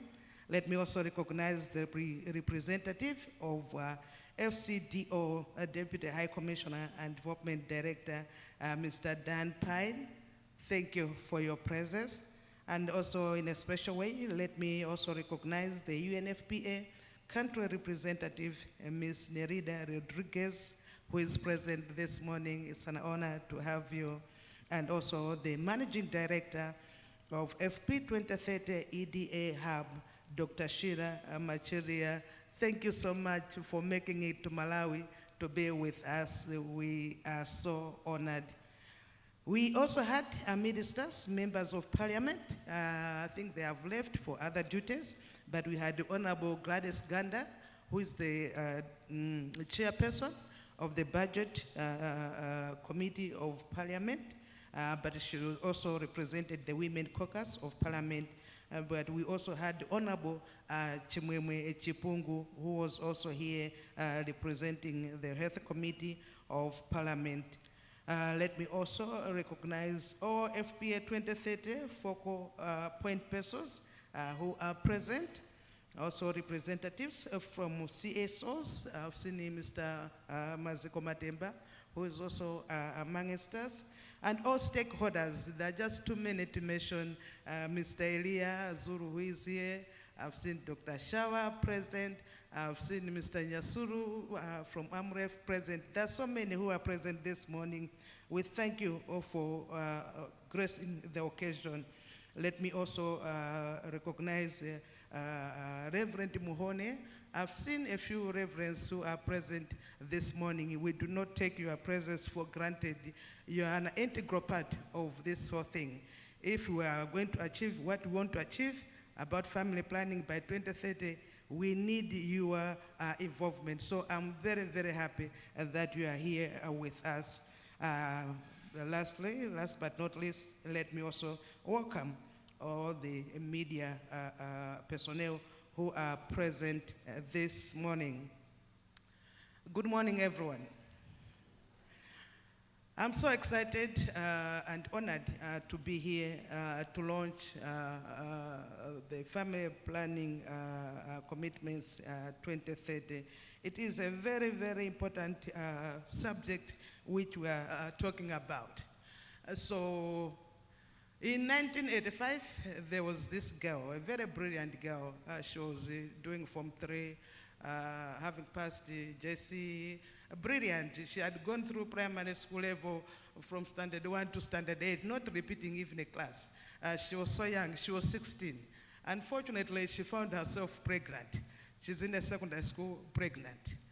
Once she came from a well-to-do family, because sometimes we mix issues. We think when we're talking about pregnancies, it is about poverty. So it was not about poverty. Now, Form 3, that time, 1985, when you are pregnant, you have to go out of school. Literally, you are booted out of school. So you cannot continue your education. Did abortion issues come to her mind? Yes, they did. But then the pregnancy was already too advanced.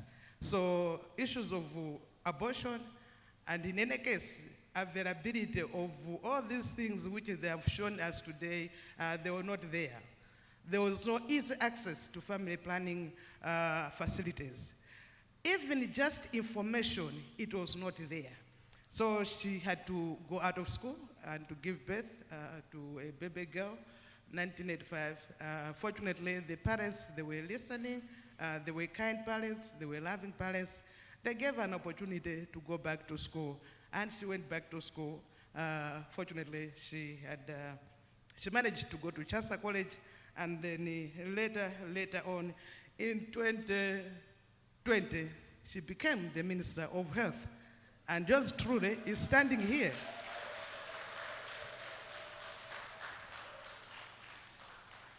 Ladies and gentlemen, 11 years ago, Malawi, together with 69 other countries, made a promise to give an opportunity to every woman and girl to use life-saving, life-changing, modern contraception.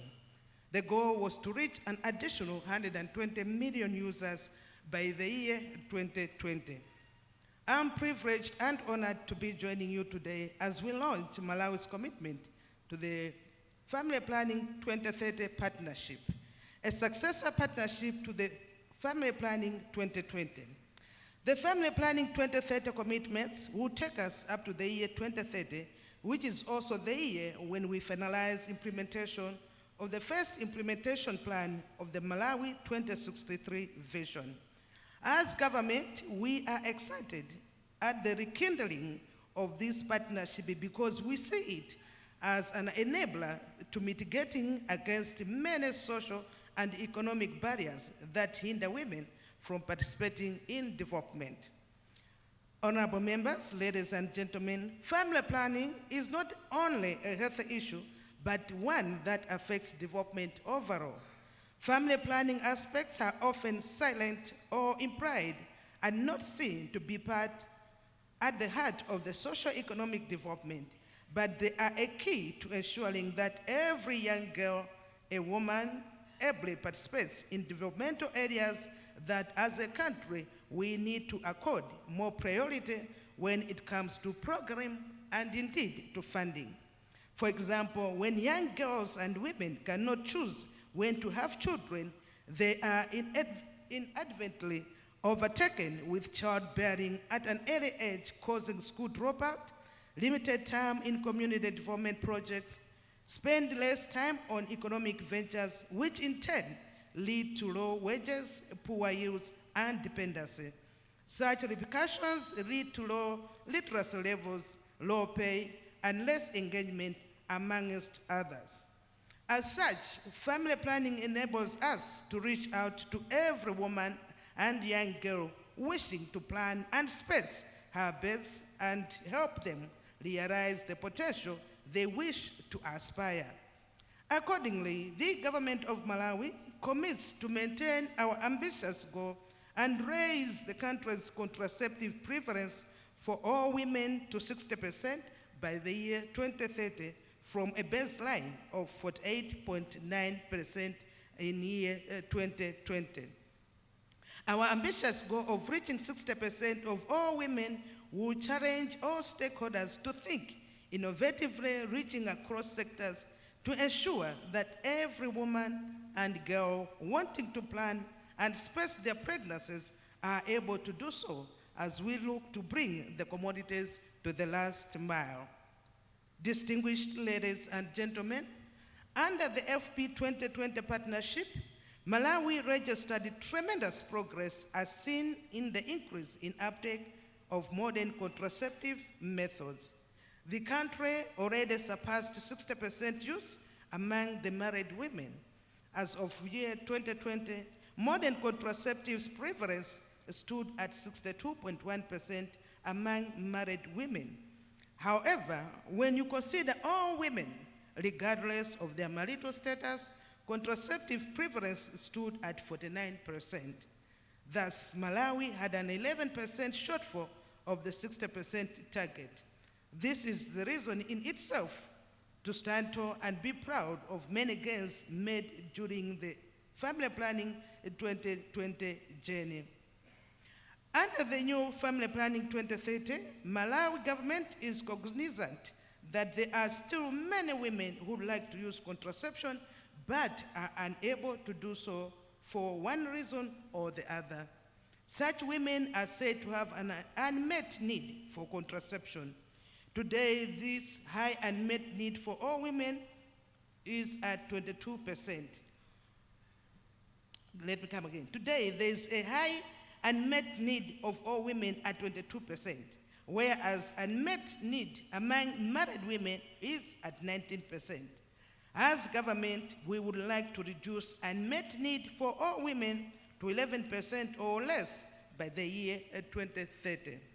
Distinguished ladies and gentlemen, this means that as we plan, we must step up our efforts to ensure that the gains made over the years are preserved and that the many women who are not being reached have their reproductive and family planning needs met.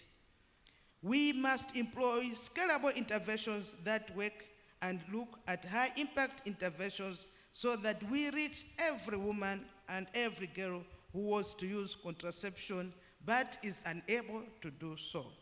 I'm glad to report today that Malawi commitments are more holistic, addressing a number of interlinked multi-sectoral issues with the overall goal of increasing contraceptive prevalence to 60% for all women. We further want to commit that one, we will advance quality disintegrated data management for both public and private sector at all levels for effective and efficient evidence-based decision-making on a family planning and sexual reproductive health and rights programs. We also commit to implement high-impact practices for improved quality and equitable family planning services provision and also utilization at the community and facility level. We also commit to reposition family planning as a multi-sectoral strategy for mitigating rapid population growth to sustain the country's social and economic development agenda. We also committed to improve coordination among line ministries and stakeholders, including CSOs and private sector at all levels by the year 2025. That is why I'm so happy that we have the Minister of Gender here. We also had invited the local government, but also more importantly, Minister of Finance and EP&D, because we know issues of family planning, the issues of population, the key issues, and we need to have a proper discussion with the Treasury. So be hopeful. We'll still reach out to them because they still need to commit to this. But also local government is very, very important to us because all our programs, the main structures we use are local government structures. And the people we deal with, the traditional leaders, they're under local government. Even the faith community is under local government. And if there are issues really which have been hampering, you know, to make gains in family planning, most of them, they're also cultural issues. You go to certain communities, you have a hospital there, you have everything there, you have the commodities there, but people do not come for them. Why? Because of the cultural beliefs. If you take this, kajani, ugamwaizi, nzimai satani, ugadede, purigiti pamini. Other issues, the belief issues, the faith issues. Our young girls, our young boys, you know, they're in trouble because of faith beliefs. Yet these are our own children who go for backroom abortions. These are young girls who are singing in the praise teams. These are, you know, our young women who are very active in churches. So I'm happy that, you know, these pastors who are here, you know, these are the issues which we have to deal with. This is the reality. We cannot hide it from it. No, we cannot hide. Our young girls and young boys, they're growing. They're growing. And unfortunately, the hormones, the way God created hormones, because sometimes we think hormones were created by somebody else or the devil himself. No. God created hormones for a very good reason. For a very good reason. And when this young girl is growing, this young boy is growing, the hormones are doing their job. A young man, when they look at a girl, he should get excited. It means the hormones, they are doing their job, which they were created for. So it's not a sin. We should not take it as if this young girl and this young man, they're sinners. No, they're not sinners. They're responding to the hormones, which were created by God. But what we are saying is, let's empower them. Let's equip our young men. Let's equip our young women so that they can take care of themselves, so that they can not be overpowered by the hormones. They should be in control. So this is what family planning is all about. Because sometimes the message we give out is all negative about family planning. I know they want these girls to be doing ABCD. No, it's not about that. It's not about that. We're not saying they should go out naked or whatever. No, it's not about that. We want them to be empowered. Our young men, our young women, they should be empowered. They should be able to handle issues. We want them to know their rights. So there is more to family planning. So I'm happy that all of us, we are on the same page, and we'll make sure that the other sectors who are not here represented will reach out to them so that they also make a commitment. And one of the commitments which we have committed as government is to reduce family planning commodity stockouts levels to a minimum of 5% across all levels. And I'm very happy, and we are so thankful to our President, Dr. Lazarus Chakwera, and also to our Minister of Finance, because the family planning budget at the ministry level, it has moved from 200 million to 475 million from the year 2020 to 2022. We did not even stop there. This year, they have even increased further to 570 million. That is an increase of over 175%. It shows that as government, we are committed. As much as we appreciate the big support which we get from our partners in terms of commodities, but also in terms of service delivery, but also as government, we are committed to make sure that we have commodities at all levels. Other commitment is that we commit to reduce teen childbearing from 29% to at least 20%, but also end child marriages. And we heard from our representative from the Ministry of Gender, who also talked on the ending child marriages. It is very unfortunate. When you go out there, you go to these district hospitals, you go to the maternity ward, you find a 13-year-old having a child, a 13-year-old. Very, very unfortunate. They cannot, it's babies having babies. Basically, a 13-year-old is a baby. So it's a baby having another baby.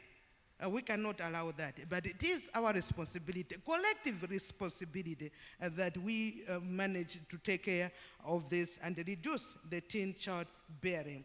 The last commitment is that we commit to secure resources for implementation of the Family Planning 2030 commitments to the CIP and its successor CIP. As you can see, the commitments are interlinked, and the Ministry of Health alone cannot achieve progress in this process. It is my plea to all key government sectors, parliamentarians, development partners, CSOs and NGOs, our religious and faith leaders, as well as traditional leaders, the private sector, the academia, parents, and most importantly, the young people to work through their structures and interventions and strive towards this achievement. Only through a robust multi-sectoral approach will we ensure that the women and girls choose when to have children and enable them to participate in civic and development activities that will enhance their lives and indeed develop our country. With smaller family sizes through DRE, first births by young women, Malawi can also achieve slowing population growth and see more productive young people participating in development. By the hospital alone, on a daily basis, they have at least maybe between 50 to 60, 70 babies born on a daily basis.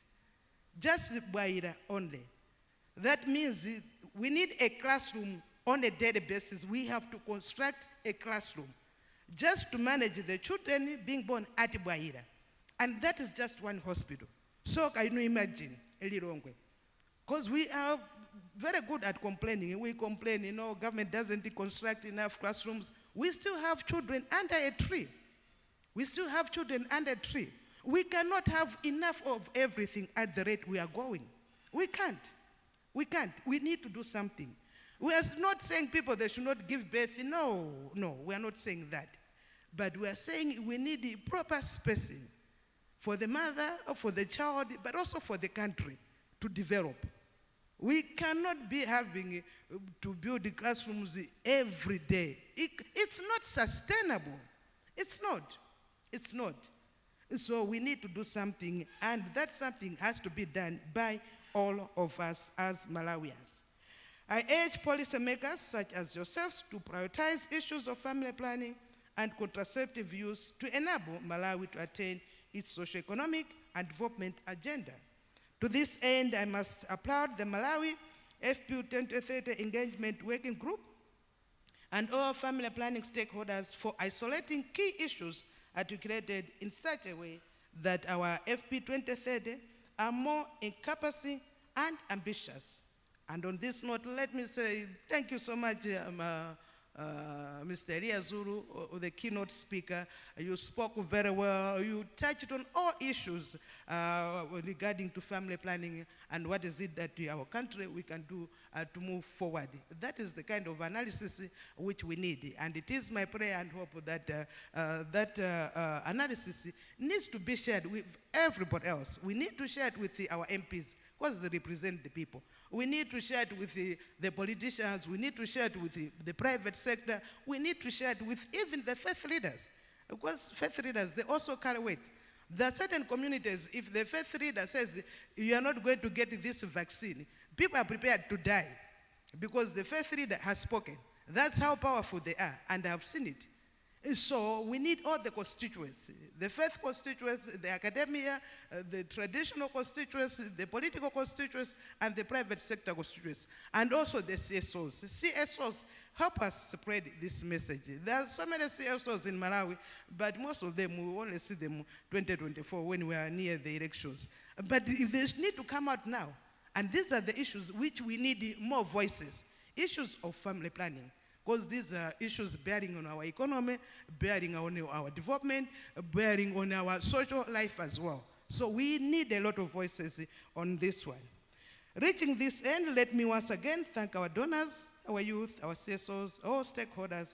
Specifically, let me thank USAID, FCDO, UNFPA, KFW, and all the other donors who have supported to family planning programming in Malawi. To the East and Southern Africa, FP2030 Regional Hub, the government appreciates all the technical support you have provided this far, and we look forward to working closely with you in the next 7 or so years as we execute these commitments. Before I cut the ribbon and present the FP2030 Malawi commitment to the Malawi focal points and the key ministries for its execution, allow me now, in my singular honor, to declare the Malawi Family Planning 2030 commitments officially launched. May the good Lord bless us all and bless our country, Malawi. Thank you, thank you, thank you. And of course, let me also thank our MC, Mr. Joel Chakaza. Thank you so much. It was great for you to coordinate the function. Thank you. Thank you so much, Honorable Minister. Thank you very much indeed. We are now getting towards the end of our event this morning. It's still morning, just about 2 minutes before I say afternoon. Before we get into the cutting of the ribbon, I just want to be sure if I have left out anyone on signing of the commitments. I don't know if anyone on the high table didn't sign. Madam Fanny Kachale, I didn't see you sign. Which one do you prefer, Mary or Fanny, the name? I think Mary suits you fine. Would you care to come and sign? Director of Reproductive Health, please come and sign. Anyone else on the high table that did not sign, to kindly come and sign. PAC, I think we have PAC in the room. Do we have the representative of PAC to come and sign as well? It's important that we capture your commitment through that signature. Trust me, we will fish that document out one day and say, you signed here. This is your signature. PAC, do we have PAC to come and sign?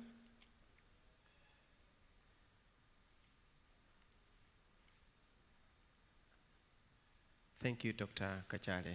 Thank you so much indeed. Thank you.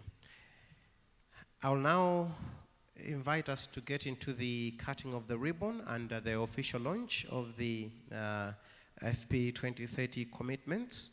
When I invite you up front, I will request that you stay up front because we would like to take some pictures before you go and resume your seats. So let me invite Comfort Chizinga, the youth focal point, to come forward and present the book that has to be signed.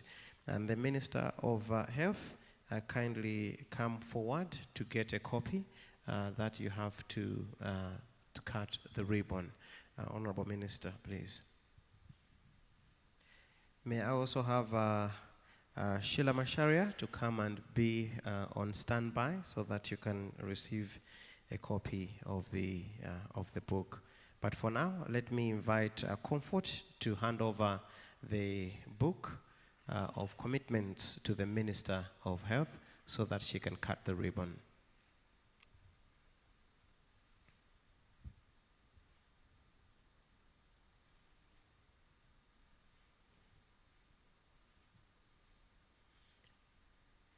Thank you very much indeed. If you can show it to the people.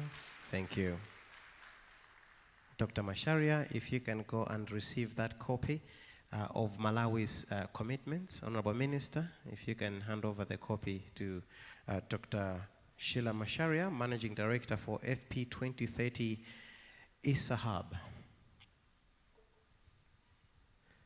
Thank you so much. Thank you. Honorable Minister and Dr. Masharia, I will invite you to just come and stand here while I invite the rest of the high table to come forward and get a copy of the commitments. May we please come forward and get a copy of the commitments.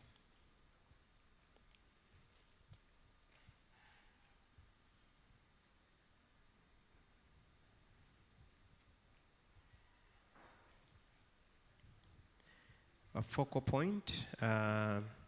Please come forward as well. Focal points, please come forward and get your copy as well.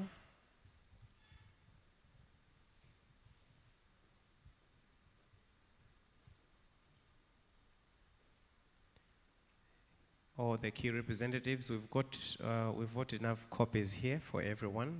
Government, donors, CSOs, youth, please come forward and get a copy.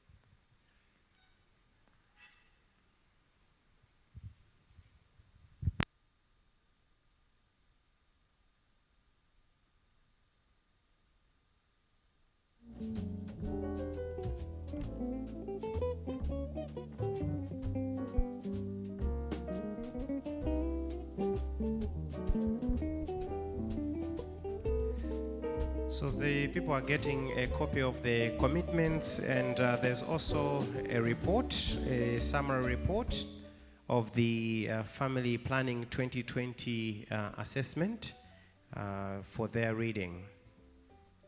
Please step forward. There are enough copies for all of us.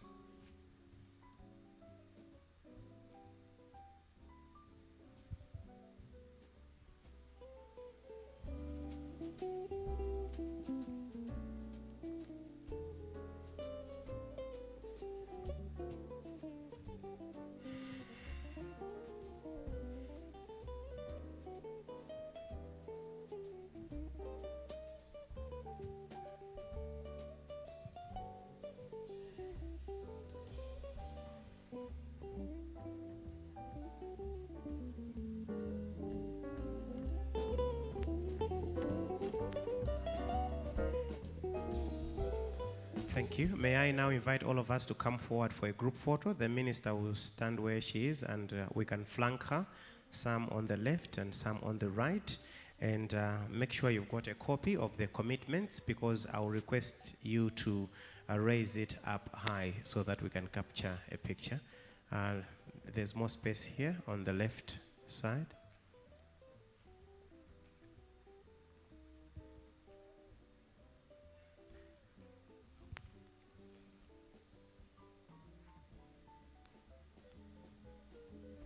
Let's make sure we're showing the right side of the book, and that we are holding it the right way up and not upside down. We don't have a representative of the clergy. Could we have someone, preferably someone wearing a collar, so that we can pinpoint them and say, you? Could we have a representative of the clergy, please? Anyone, please?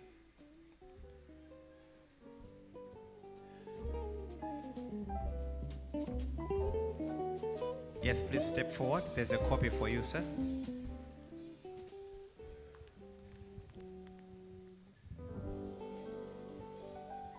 Any district health office representative, please come forward. Any DHO? Yes, thank you so much, sir.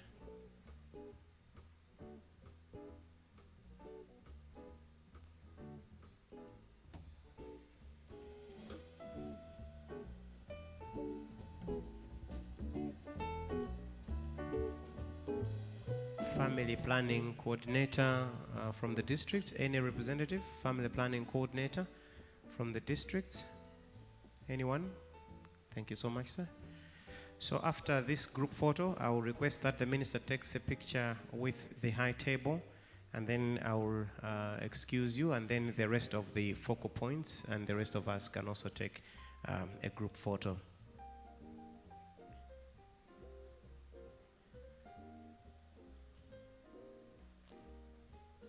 All right, let's show the commitment.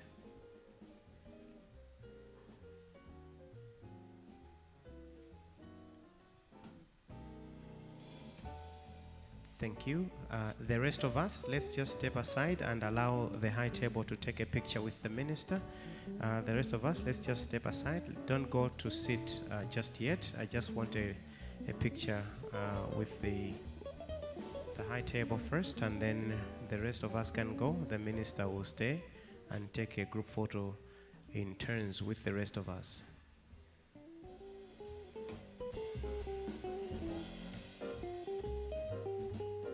Yes. Apatse ni kope ya wamene wasakoneke ngati the photo bombing. Yes, let's hold it up. A copy. Yes, there's one coming. Yes. Good. Sorted.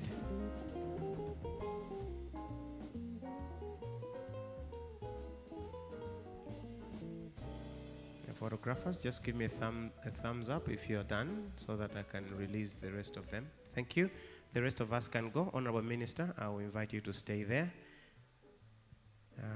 Guys on my right, if you can just stay, let me just invite those on the right side of the minister to come and take a picture with them.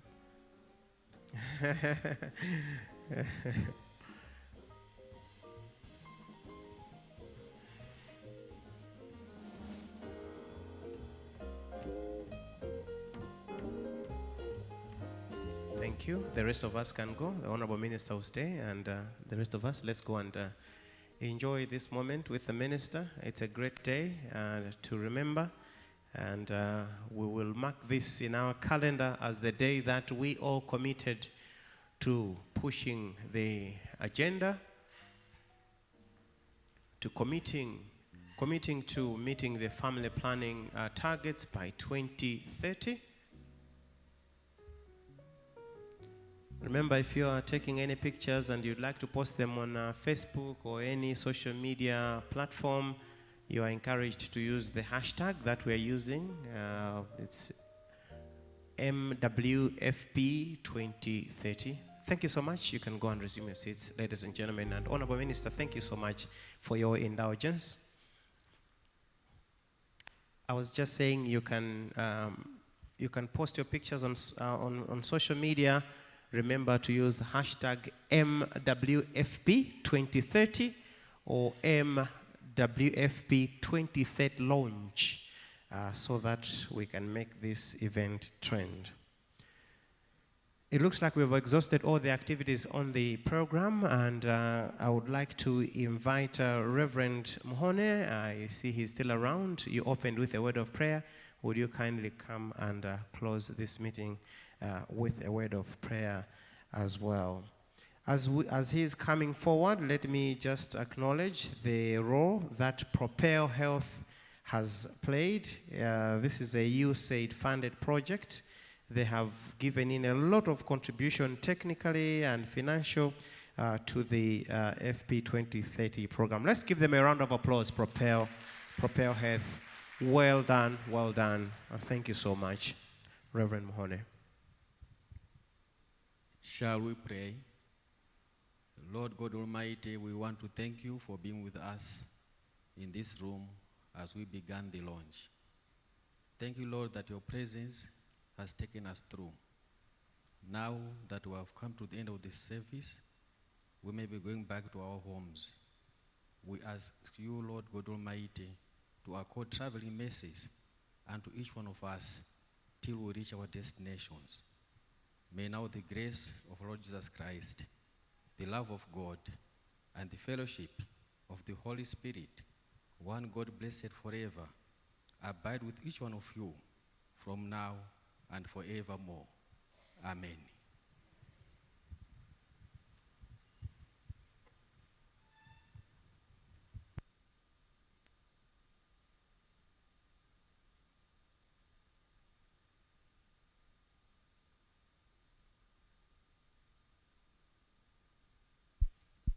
As we leave this room, there are copies of the commitment and the Malawi FP 2020 Assessment Summary Report at the exit there. If you haven't gotten a copy, please make sure that you get one. I will invite the high table to leave first, and the high table is requested to proceed to the boardroom where you were before you came here. So please proceed to the boardroom.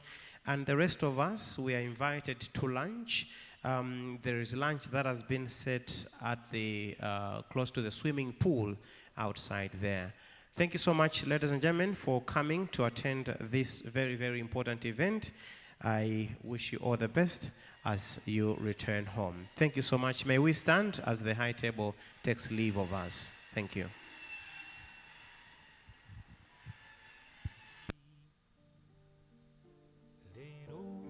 Salimo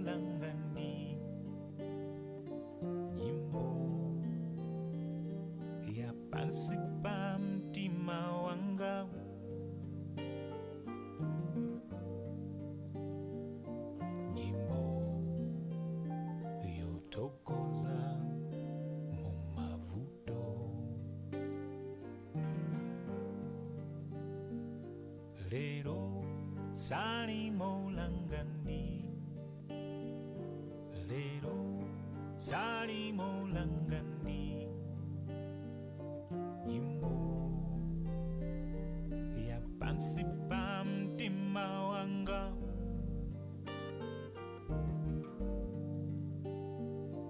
nyimbo yotokoza mu mavuto.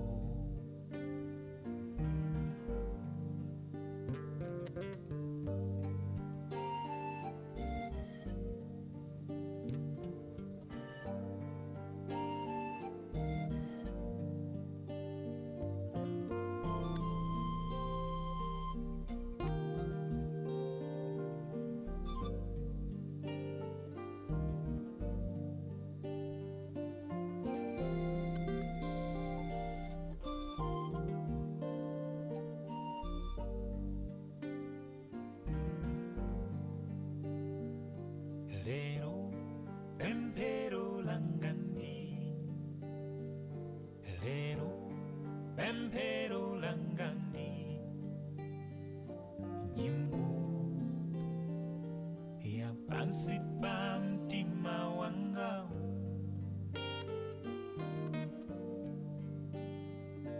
nyimbo yotokoza mumavuto